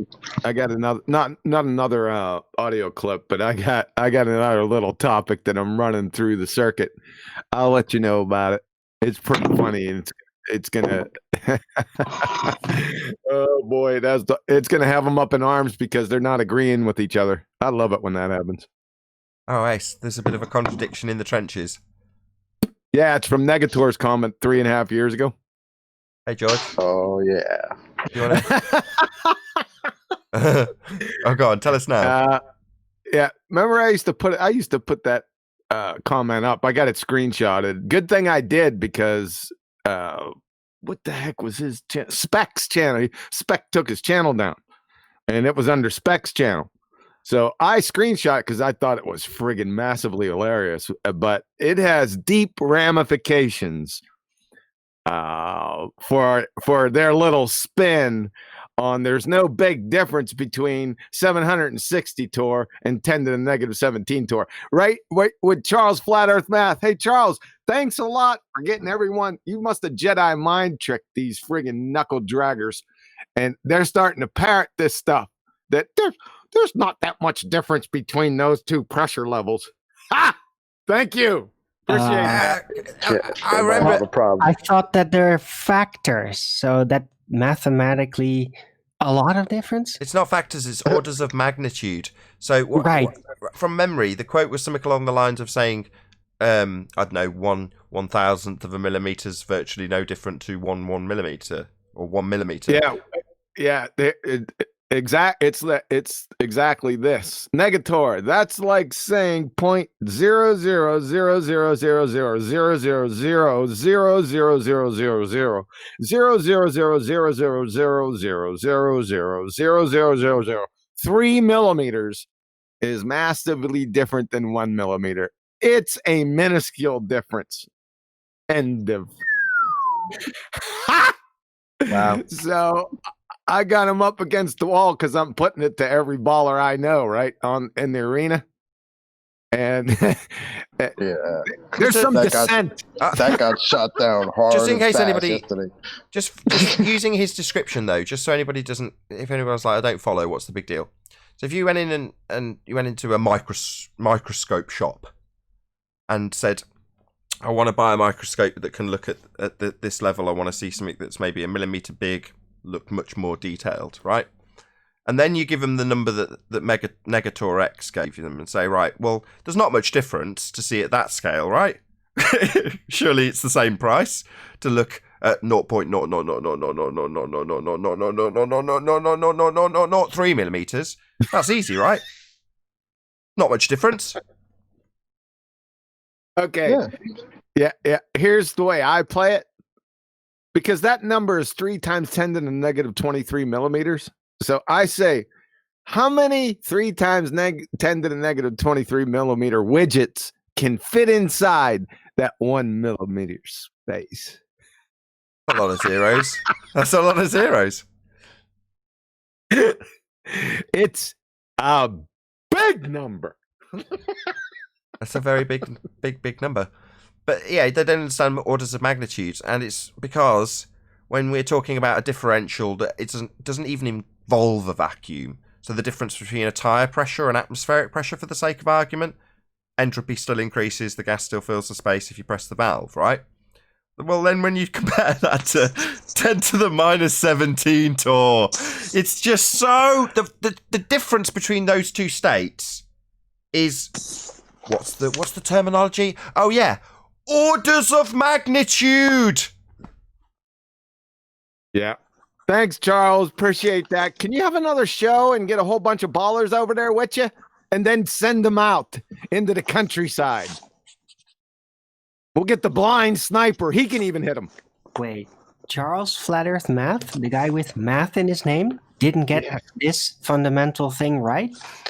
That's this is roughly around 3rd grade math. Roughly. There's an explanation for this that I got recently from George Carling. George Carling? Or watched, past tense. He basically explains that everybody's a bullshitter. Just surrounded by people bullshitting their way through life. And to be perfectly frank, so was I until I got here. And suddenly you're held to such a high standard of scrutiny. You know, it's not like mistaking orders of magnitude for being insignificant. You know, if I say times when I should have said divide, that will be fodder for endless videos. The scrutiny level is so high here, right? So therefore, you don't get away with any degree of bullshitting here. Like 0 is tolerated, right? But the rest of society, are just bullshitters, all of them. You know, this is just an example of someone like Charles just bullshitting his way through life. That kind of reminds me of... That's why we're told now that our standards are too high. Sorry, Tinker. No, well, I need you as my wingman here in a second. That actually reminds me of Mr. Sensible saying, and go ahead, Chocolate, at best, finish it. At best, what you've done here is disprove the radius? Yeah, so 1.22 versus 10 miles out in the Black Swan picture, he didn't realize that the order of magnitude of the 10 mile would be 264,000 mile radius. Yeah, he probably thought it was just, hey, you know, just add another mile or two to the radius. That'll work. Very similar. Another example of the mismatch in standards. So Mr. Sensible having said, at best, all you would have done is disprove the radius of Earth. I think that's the full quote verbatim. He denied even saying that. That's the standards that they're at, where you can say something, have it recorded during debate, have it cut out, mirrored, parroted on various different platforms and laughed at by many. You can just, on the Globe side, flat out deny you've even said it. And there's many examples of that happening on the Globe side. Their standards are so low that you can just talk total shit and then just say, I didn't say that. And then there are people who think that the people that watch them, or these guys that you know claim they have these higher standards, they don't hold them to task on that. Like, guy, you might be on my side, but you did say that, and you know that's obviously wrong. No, we're just going to ignore the fact that you even said it. We'll just go along right with you. Like, oh, by the way, Negator weebled and wobbled his way into the arena. This numpty dipshit has made a resurgence. He's come back, right? Guess what he come back to? that I put the screenshot in Ballbusters. His message. He came back to that message. So I said, we tried to get him a 1-on-1, 1v1, and he declined. That yellow spine knuckle dragon weasel. Yeah, you declined, you coward. Well, you're not as dumb as you look. Yeah. Oh, I didn't tell him. You know, after that, I talked a little shit about that, and then he messaged me. He was like, I one-on-one you. Like, really, dude? You 5 minutes ago, you just declined in front of all these people a debate with QE. Meanwhile, you're messaging me on the low. Like, Baller, stop messaging me on the low. I don't like y'all like that. Like, please, thanks. It's quite an interesting and nice position to be in, actually, because the Achilles heel of this subject is that we are automatically deemed to be morons, hence we're subject to the ridicule. But that means that they don't actually study us as an enemy. And the smart ones would keep really, really well clear of us, the widest berth possible. Not make videos about us. That would be the worst thing you could do. But it's like, at a cursory glance, I already know they're retards, so I can do a slapdash job of debunking them and go about my day. And it's like, you clearly don't know who you're dealing with. You clearly have no idea the standards we're held to, therefore the level of standards we will hold you to as a consequence of the ridicule. So it's it's a double-edged sword for the people who've perpetrated this deception in terms of the preemptive stopping of us doing our bit, right?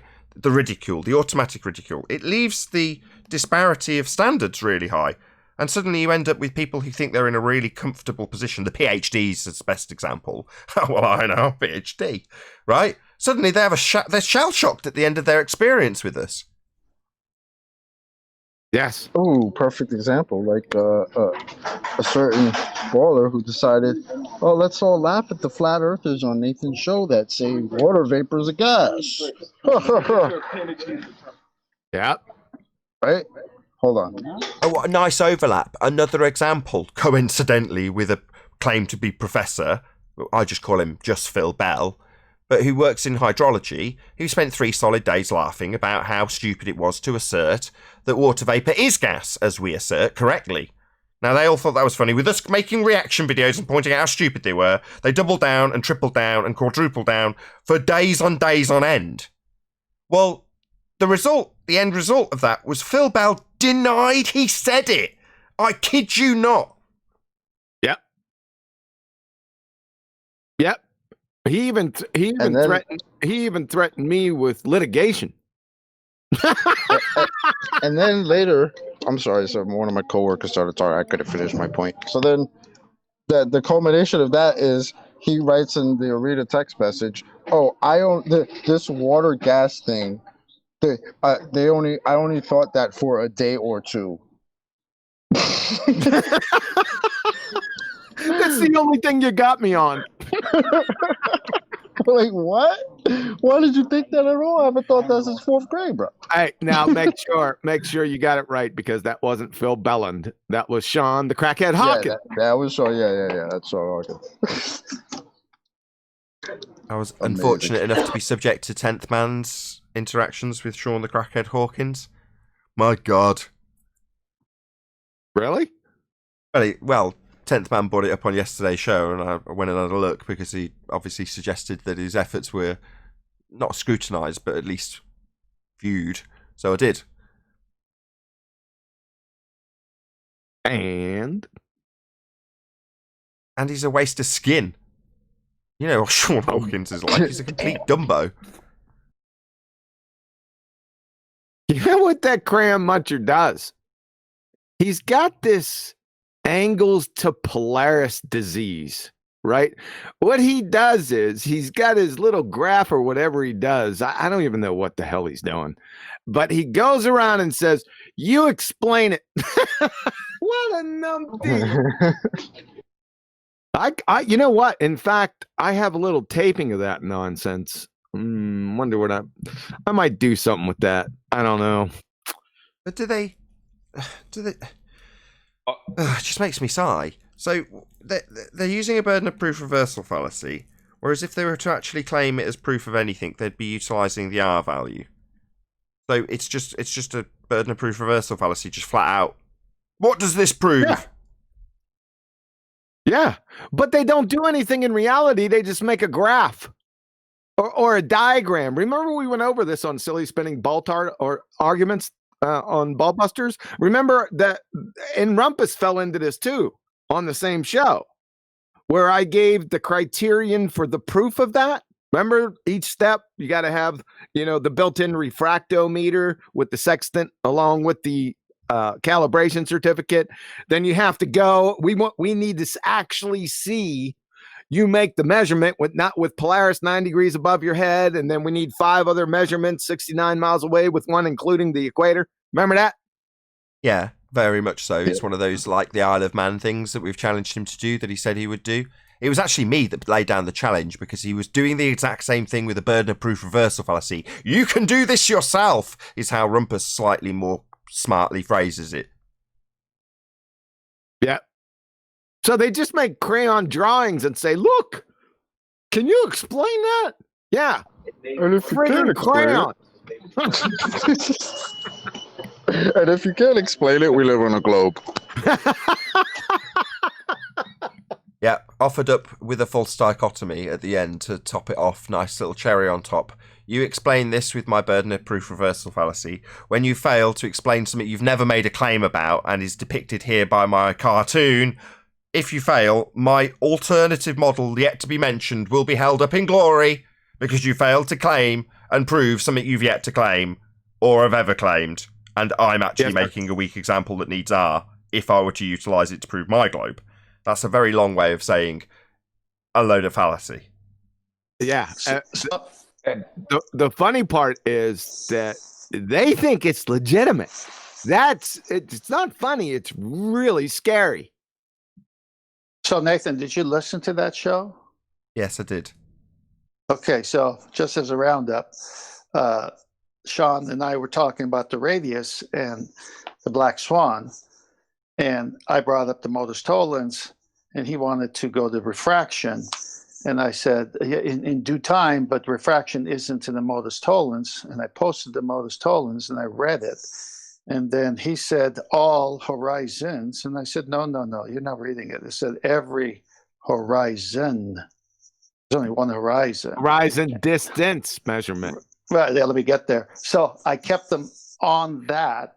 And he kept trying to wiggle away. And then he says, well, I want to talk to you about Polaris. And I go, yeah, for another day, right? No, that's not what happened. That's not the order. Hold on. That's not the order that it happened in. So No, it's not the order it happened in, but it's all these, what I'm trying to say here, and I'll let you say what you thought of it, is that I stayed on the subject, and that's all you hear is me trying to get him back. And he fought so hard to change the subject.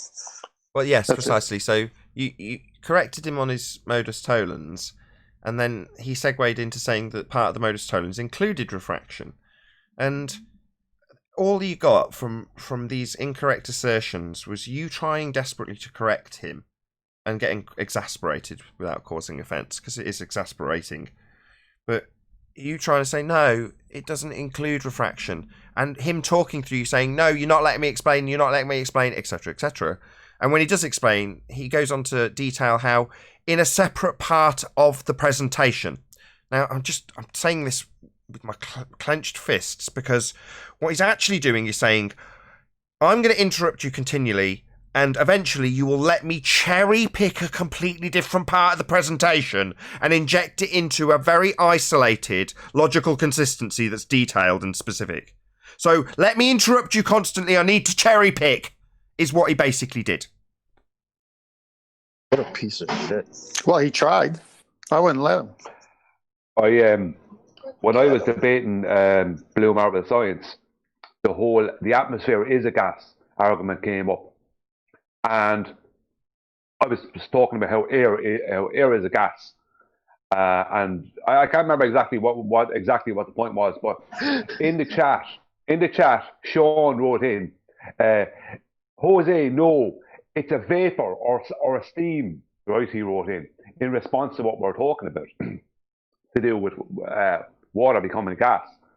And he basically was saying that vapor and steam are not gas. Now, this is ages before. This is a good while back before, maybe 6 weeks or 2 months before what happened with him more recently, when he was pulling Nathan on what Nathan said. And he said that, no, I only thought that for a day or two. He didn't. He was thinking it all along, and I have the proof. I screenshot the thing. You know? Only a day or two, huh, Sean? or a month or a year or two, you know. Uh-huh. Isn't that precious?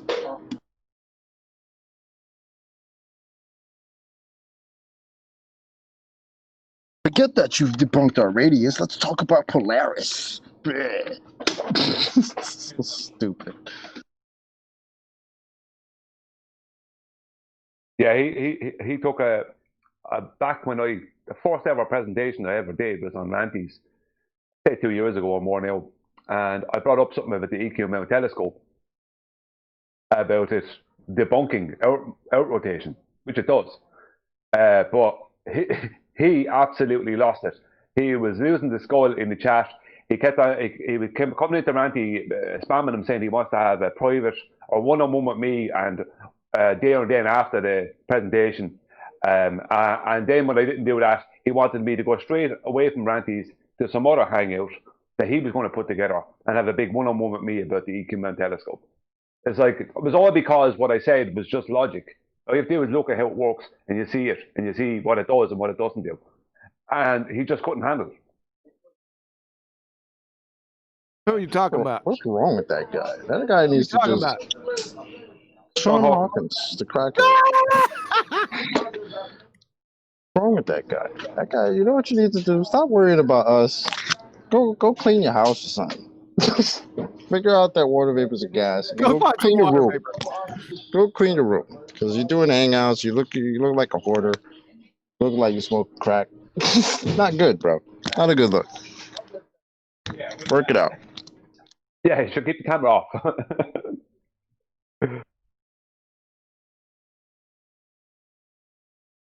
Coming on Hangouts doing, hey! It was funny though. And Rumpus could hear him, and he just wasn't acknowledging him. He's surplus to requirements. So if he turns up, I just kick him out. We don't need him. You know, we can happily talk about all his nonsense, which is never going to change. We've heard enough of it. You know, persona non gratis. Doesn't need to be here. On Jose's show, he's saying that he got blocked from your channel. It's not Give the blocked. impression that because I don't have that couldn't ability. handle it. Nah. Yeah, I know. Not true. I know that. Yeah, I know. It's not your server. I don't he didn't. understand why he Hold on. complains about being blocked, because Wait a he'll have access to a place like the arena and then just sit in the text chat and won't even come into the voice chat. So why would he even complain about being blocked somewhere? I don't even understand. He's not blocked anyway because he was on the last ball buster, so he can't be blocked. Let's say he came in yesterday, just immediately kicked him to a different room. I can't block him, but I can kick him to a different room because I don't want him here. Like I say, I don't have any requirements for him anymore. If there was a new argument, if it wasn't nearly 8 months into the Black Swan with no rebuttal, if it wasn't for him being challenged personally by me for that he said that I could do really easily, these angles to Polaris, or his lies about providing the Isle of Man modelling that was a observation from Antony's belly at St. Bees. Well, all of these lies, do we need to tolerate that type of person? We've exposed him as a liar. Like, there's no two ways about that. So why should we have him here? I was talking about Sean Hawkins. Sorry. Oh, my bad. We were all still talking about Sean Hawkins. You're talking about Rumpus. Sorry, I was talking about Rumpus. I thought you were talking about Rumpus. Did anybody else think we were talking about Rumpus? I thought we were talking about Rumpus. No, I thought we transitioned to. I think it's the same thing. We don't need him either. Yeah, we never needed Sean though. He's a retard. Hawkins, we don't need these people. They're the ones who chose or took it upon themselves to become the guardians of their little galaxy and their little globe model, which we still haven't been presented with, except for the other guy the other day who said it was like a globe in a library or something. I don't know. But you guys decided to step into this. You don't have to. If we bother you so much, go away, watch Star Wars, enjoy yourself. Right?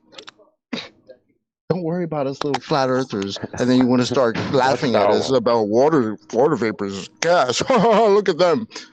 And then 2 days later, I already thought that for a day or two. Shut up. That's another lie. Ridiculous. He thought it ages ago. And then the professor who does water studies. Oh, that's the dumbest thing I've ever heard. Yeah, I'm supposed to take people like this seriously? Negative.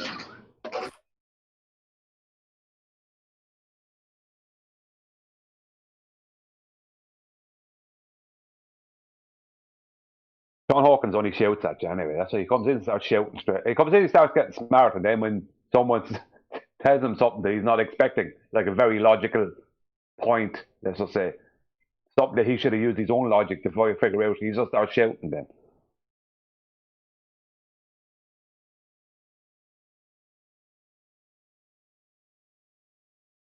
He's had to be thrown off Jose's, I think, once or twice because he's just screaming at people.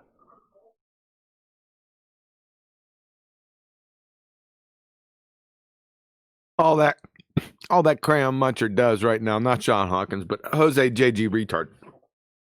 What he does is this is how low it's become. He'll come in a show purposely to rumpus. Now he'll wait for a little while, but he'll start rumpusing over talking as soon as he gets compromised, which is within like a few seconds. But his goal is to piss you off and to get you to mute him. So when you do that, then he leaves. he's already surreptitiously taped whatever he wanted to do, then goes back to his show and says, look, I triggered them and they muted me, but I don't do that on my show. They muted me, therefore the Earth's a sphere. You're a retard! Second grade playground. This is what it's come down to. Not just you. It's the rest of your numpty dipshits. And let me tell you something. That friggin' Brian, the Peckerwood, the Peckerless Peckerhead, Mr. Internal Medicine Doc, you see, that used to be my old stomping grounds back in the day. So I have this special place in my heart for that discipline.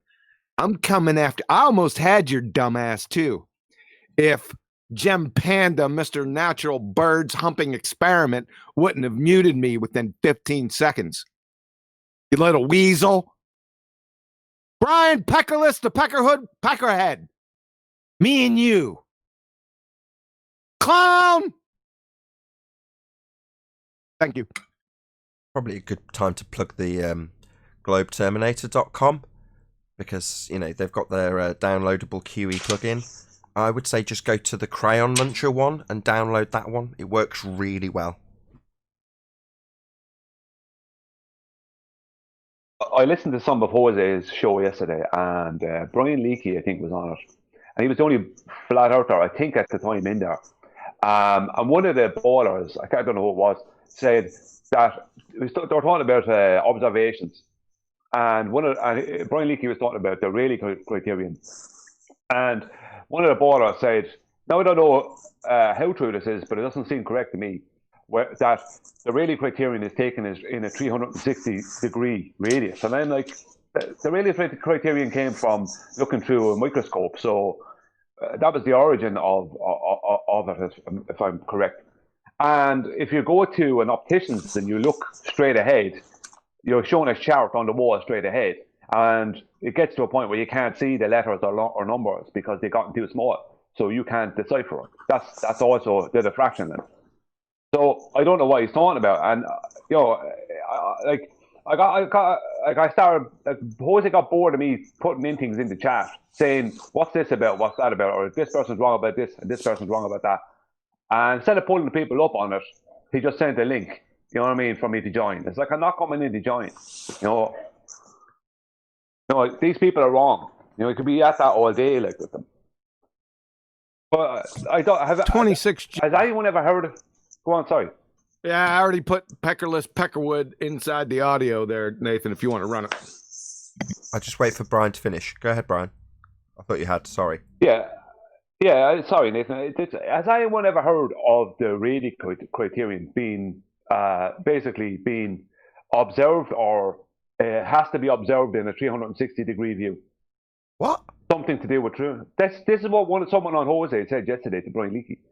360-degree view for the Rayleigh criterion. You're talking about the diffraction limit and the point where one pixel in a camera wouldn't be distinguishable from the next pixel. Yes, exactly. Well, what the hell's that got to do with a 360-degree view? I don't understand your question. Or is that your point? But that's my point.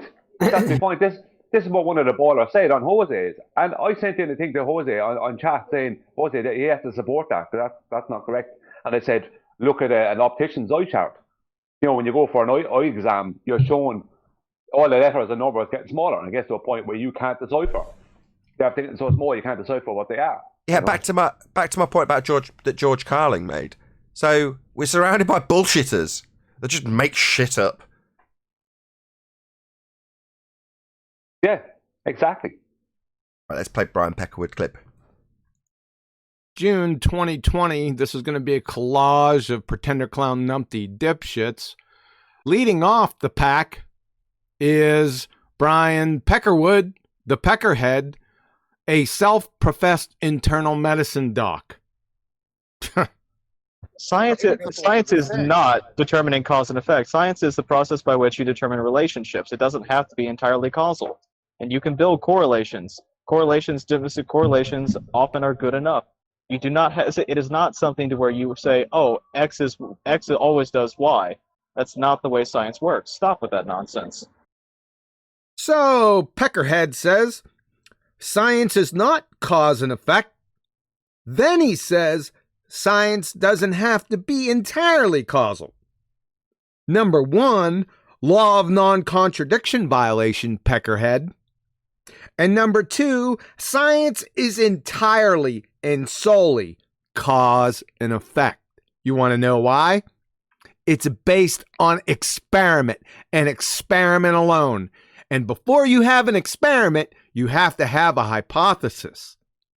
From Nature.com, Sean Carroll arguing in The Edge that hypotheses aren't simply useful tools in some potentially outmoded vision of science. They are the whole point.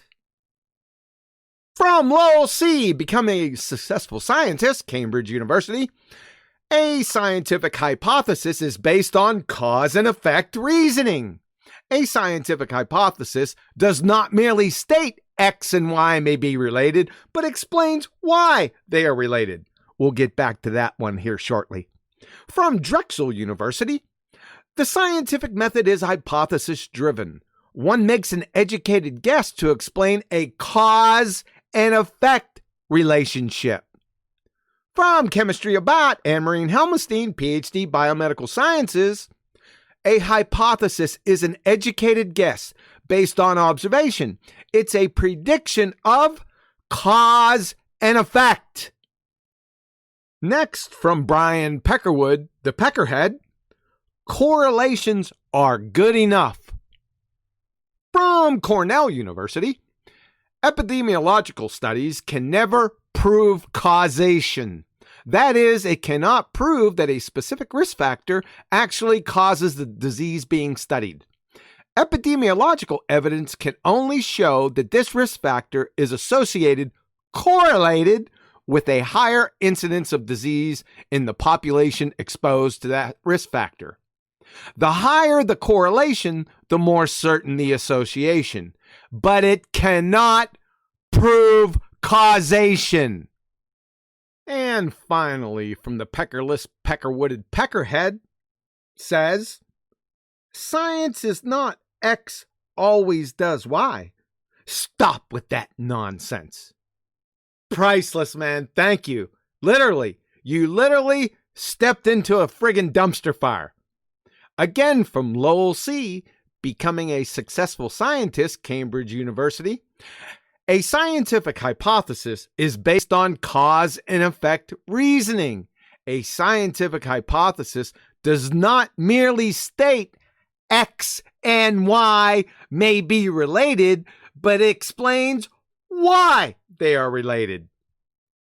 So, Peckerless, you'd fail 5th grade general science. And by the way, on a personal note, I pine for the day I catch your dumbass outside one of your echo chambers, son. I'm gonna get medieval on your dumbass. Late retarded edition. You don't necessarily have to observe a natural phenomenon. You can start with a hypothesis. You can start with a hypothesis? Really? Where'd you get the dependent variable from? Your imagination, numpty. From the University of Rochester Physics Labs, the scientific method has 4 steps. Step number 1, observation and description of a phenomena or group of phenomena. From McClellan-Christen, The Nature of Science and the Scientific Method, the first process in the scientific method involves the observation of a phenomenon. You, sir, are the epitome of a Dunning-Kruger numpty dipshit. Thanks. I love how he says you can start with a hypothesis. What, just start with a just so story and use that as your explanation, he means? This is like textbook pseudoscience, basically, is what he's defending and perpetrating. He's an internal medicine doc that has a science acumen worse than your average rank and file baltard. Internal medicine doc. Where'd you get your degree from? Mail order from Tuco Community College in Tobago, son. You better go into hiding because I'm after your ass. I love dogs. I eat them with a nice candy and some fava beans. Right. Now a note on mic control. So when you get louder, you need to get know. further away from the mic. That's the first thing. Yeah, I know. The second thing is I got you. You desperately need a pop filter. They're only about $10. Just order one on Amazon. I don't want a pop filter. Okay, right. For me, when you're saying the P, right, my system can actually produce that. So you shake my sofa with that plosive. I'm not even joking. I'll play the first 7 seconds. Just listen. 26 June 2020. This is going to be... That plosive is being reproduced on my system. And it's like bloody hellfire. So either make sure that the mic is not in front of you. So it's pointing at the corner of your mouth so that your plosive goes past the mic. So if I go, Peter Pepper picked, yeah? You can't hear any P's. Peppers. If I do this, Peter Pepper, it causes a plosive because I'm speaking directly into the diaphragm of the mic and it overloads it. So either talk past the mic, have it pointing at the corner of your mouth so that any high gusts of air go directly past it instead of into it, or get more, but definitely I would just suggest spend $10, get a pop filter. I got a little pop filter on my mic. Let's try it. You just actually helped me out with my next song. Thanks. Hey, shut up. Don't be so rude to Chocolate. You shut up, man. You shut up. Hey, let me try it. How dare you? Peter Piper picked the peck of It's terrible. peppers. It's awful. Get 2. One for each corner of your mouth, talking all that shit. I turned it sideways, man. Let me get back from it. Peter Piper picked the peck of pickled peppers. That's better. Much better. No plosives. Brilliant. Whatever you did, stick to that. Okay. Excellent. Anyone got any comments on the actual scientific bastardization by Peckerwood? He's one of these kind of like, it matches the model, so it's correct kind of people, you know. I love hearing them talk like that because to me, all it does is it screams out to me 4 years ago, science proves the globe, we got mad science, you guys are science deniers, right? Now it seems like all they're doing is creating an excuse after excuse after excuse so that science cannot be held to task on what it's supposed to be. That's all I hear when I hear these clowns speaking. Well, a lot of them look up to, a lot of them will respect and look up to the likes of Bob the Science Guy. Bob the Science Guy did a whole video. What? Yeah, right. You said they look up to him? There's a lot of maybe they should look up to Brenda because he thinks Brenda is smarter than him. So. Hold on, you're rumpusing Brian's example. Go ahead, Brian. There's a lot of followers who would respect him over on Jose's, and then there's ballers who would literally look up to him. If they don't just respect him, they look up to him. And he did a whole... I can't answer those things. He did a whole show, a whole video on the scientific method. And step 1 in his video is ask a question. He got it from Science Buddies. First answer on Google. That's pathetic. We toe tagged this dumbass. He didn't know what a hypothesis was. He didn't know what an experiment was. He's already toe tagged. That was a year and a half ago, 2 years ago. He says some great stuff. Like, people are stupid to come on Nathan's show. He says this from the chat. And I go, here's Bob the Science Guy on my show.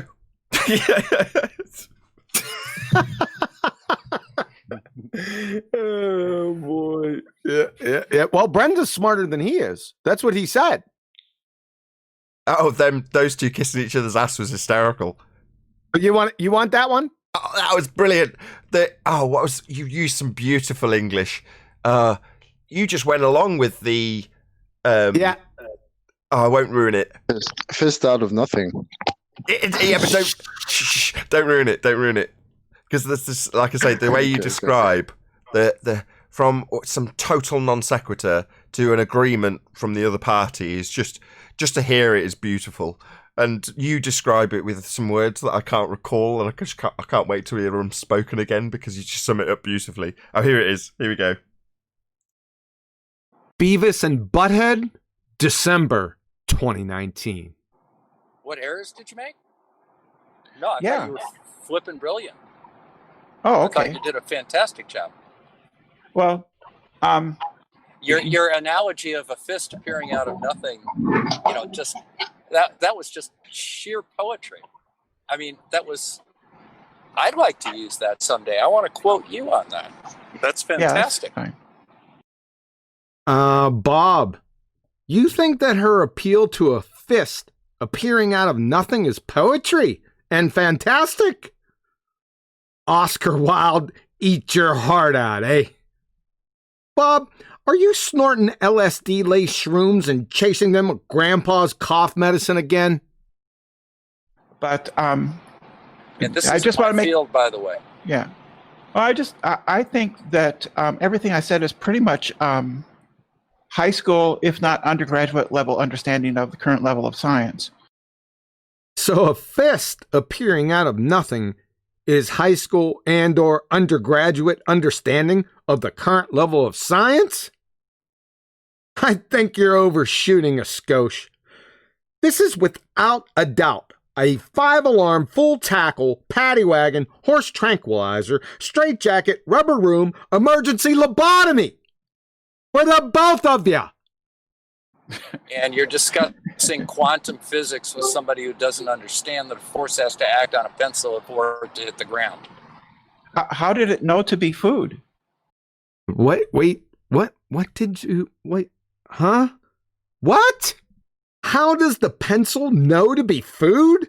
Or were you referring to the force or the ground in this scenario? Because that would make all the difference in the world. I got this one. Let's try this. How many licks does it take to get to the center of a Tootsie Roll Pop? True or false?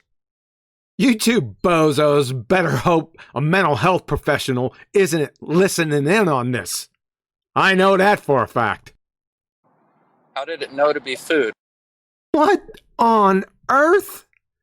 How did it know to be food for you too, Bob? You just went right along with the shroom-induced coma non sequitur, eh? So, we'll put it to you. Which one knew to be food, Bob? The pencil, force, or the ground? These clowns are insane, man. Well, the easiest way to do that is the second law of thermodynamics. In order for something to go from small things to big things and organize, you have to put energy into it, and food's energy. Well, that's all it is.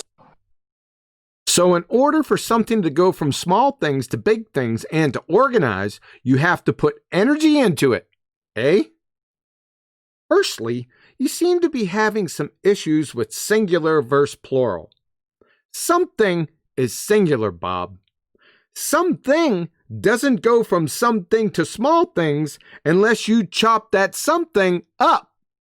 Secondly, and speaking of chopped up, so we're going to pile up 150 bananas, TP style, douse the lot with gasoline and fire it on up because we added energy to small things, as you instructed, Bob.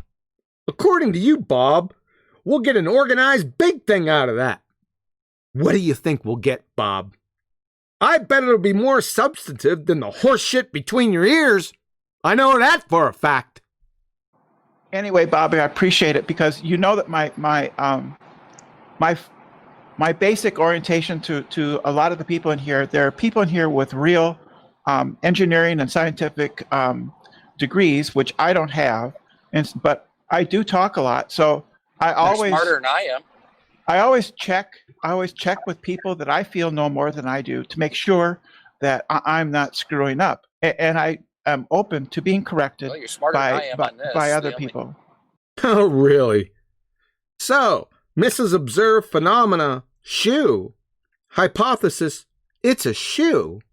And measuring the time in a cubic meter depends on how quick on the draw you are with a tape measure is smarter than you, Bob.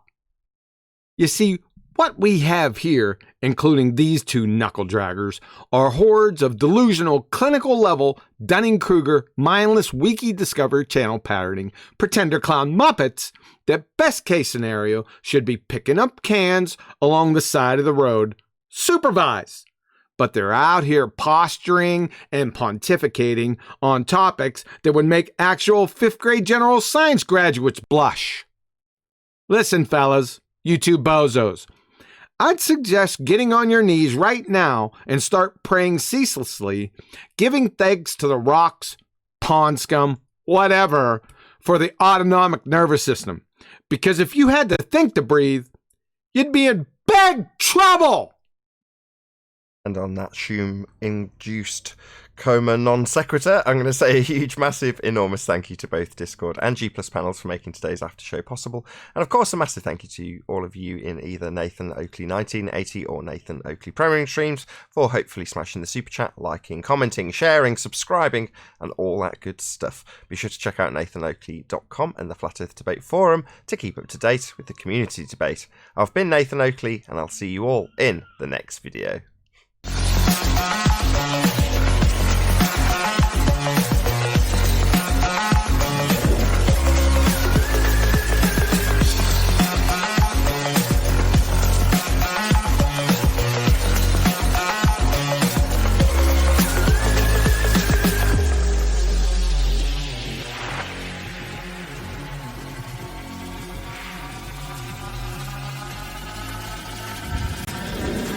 What a day!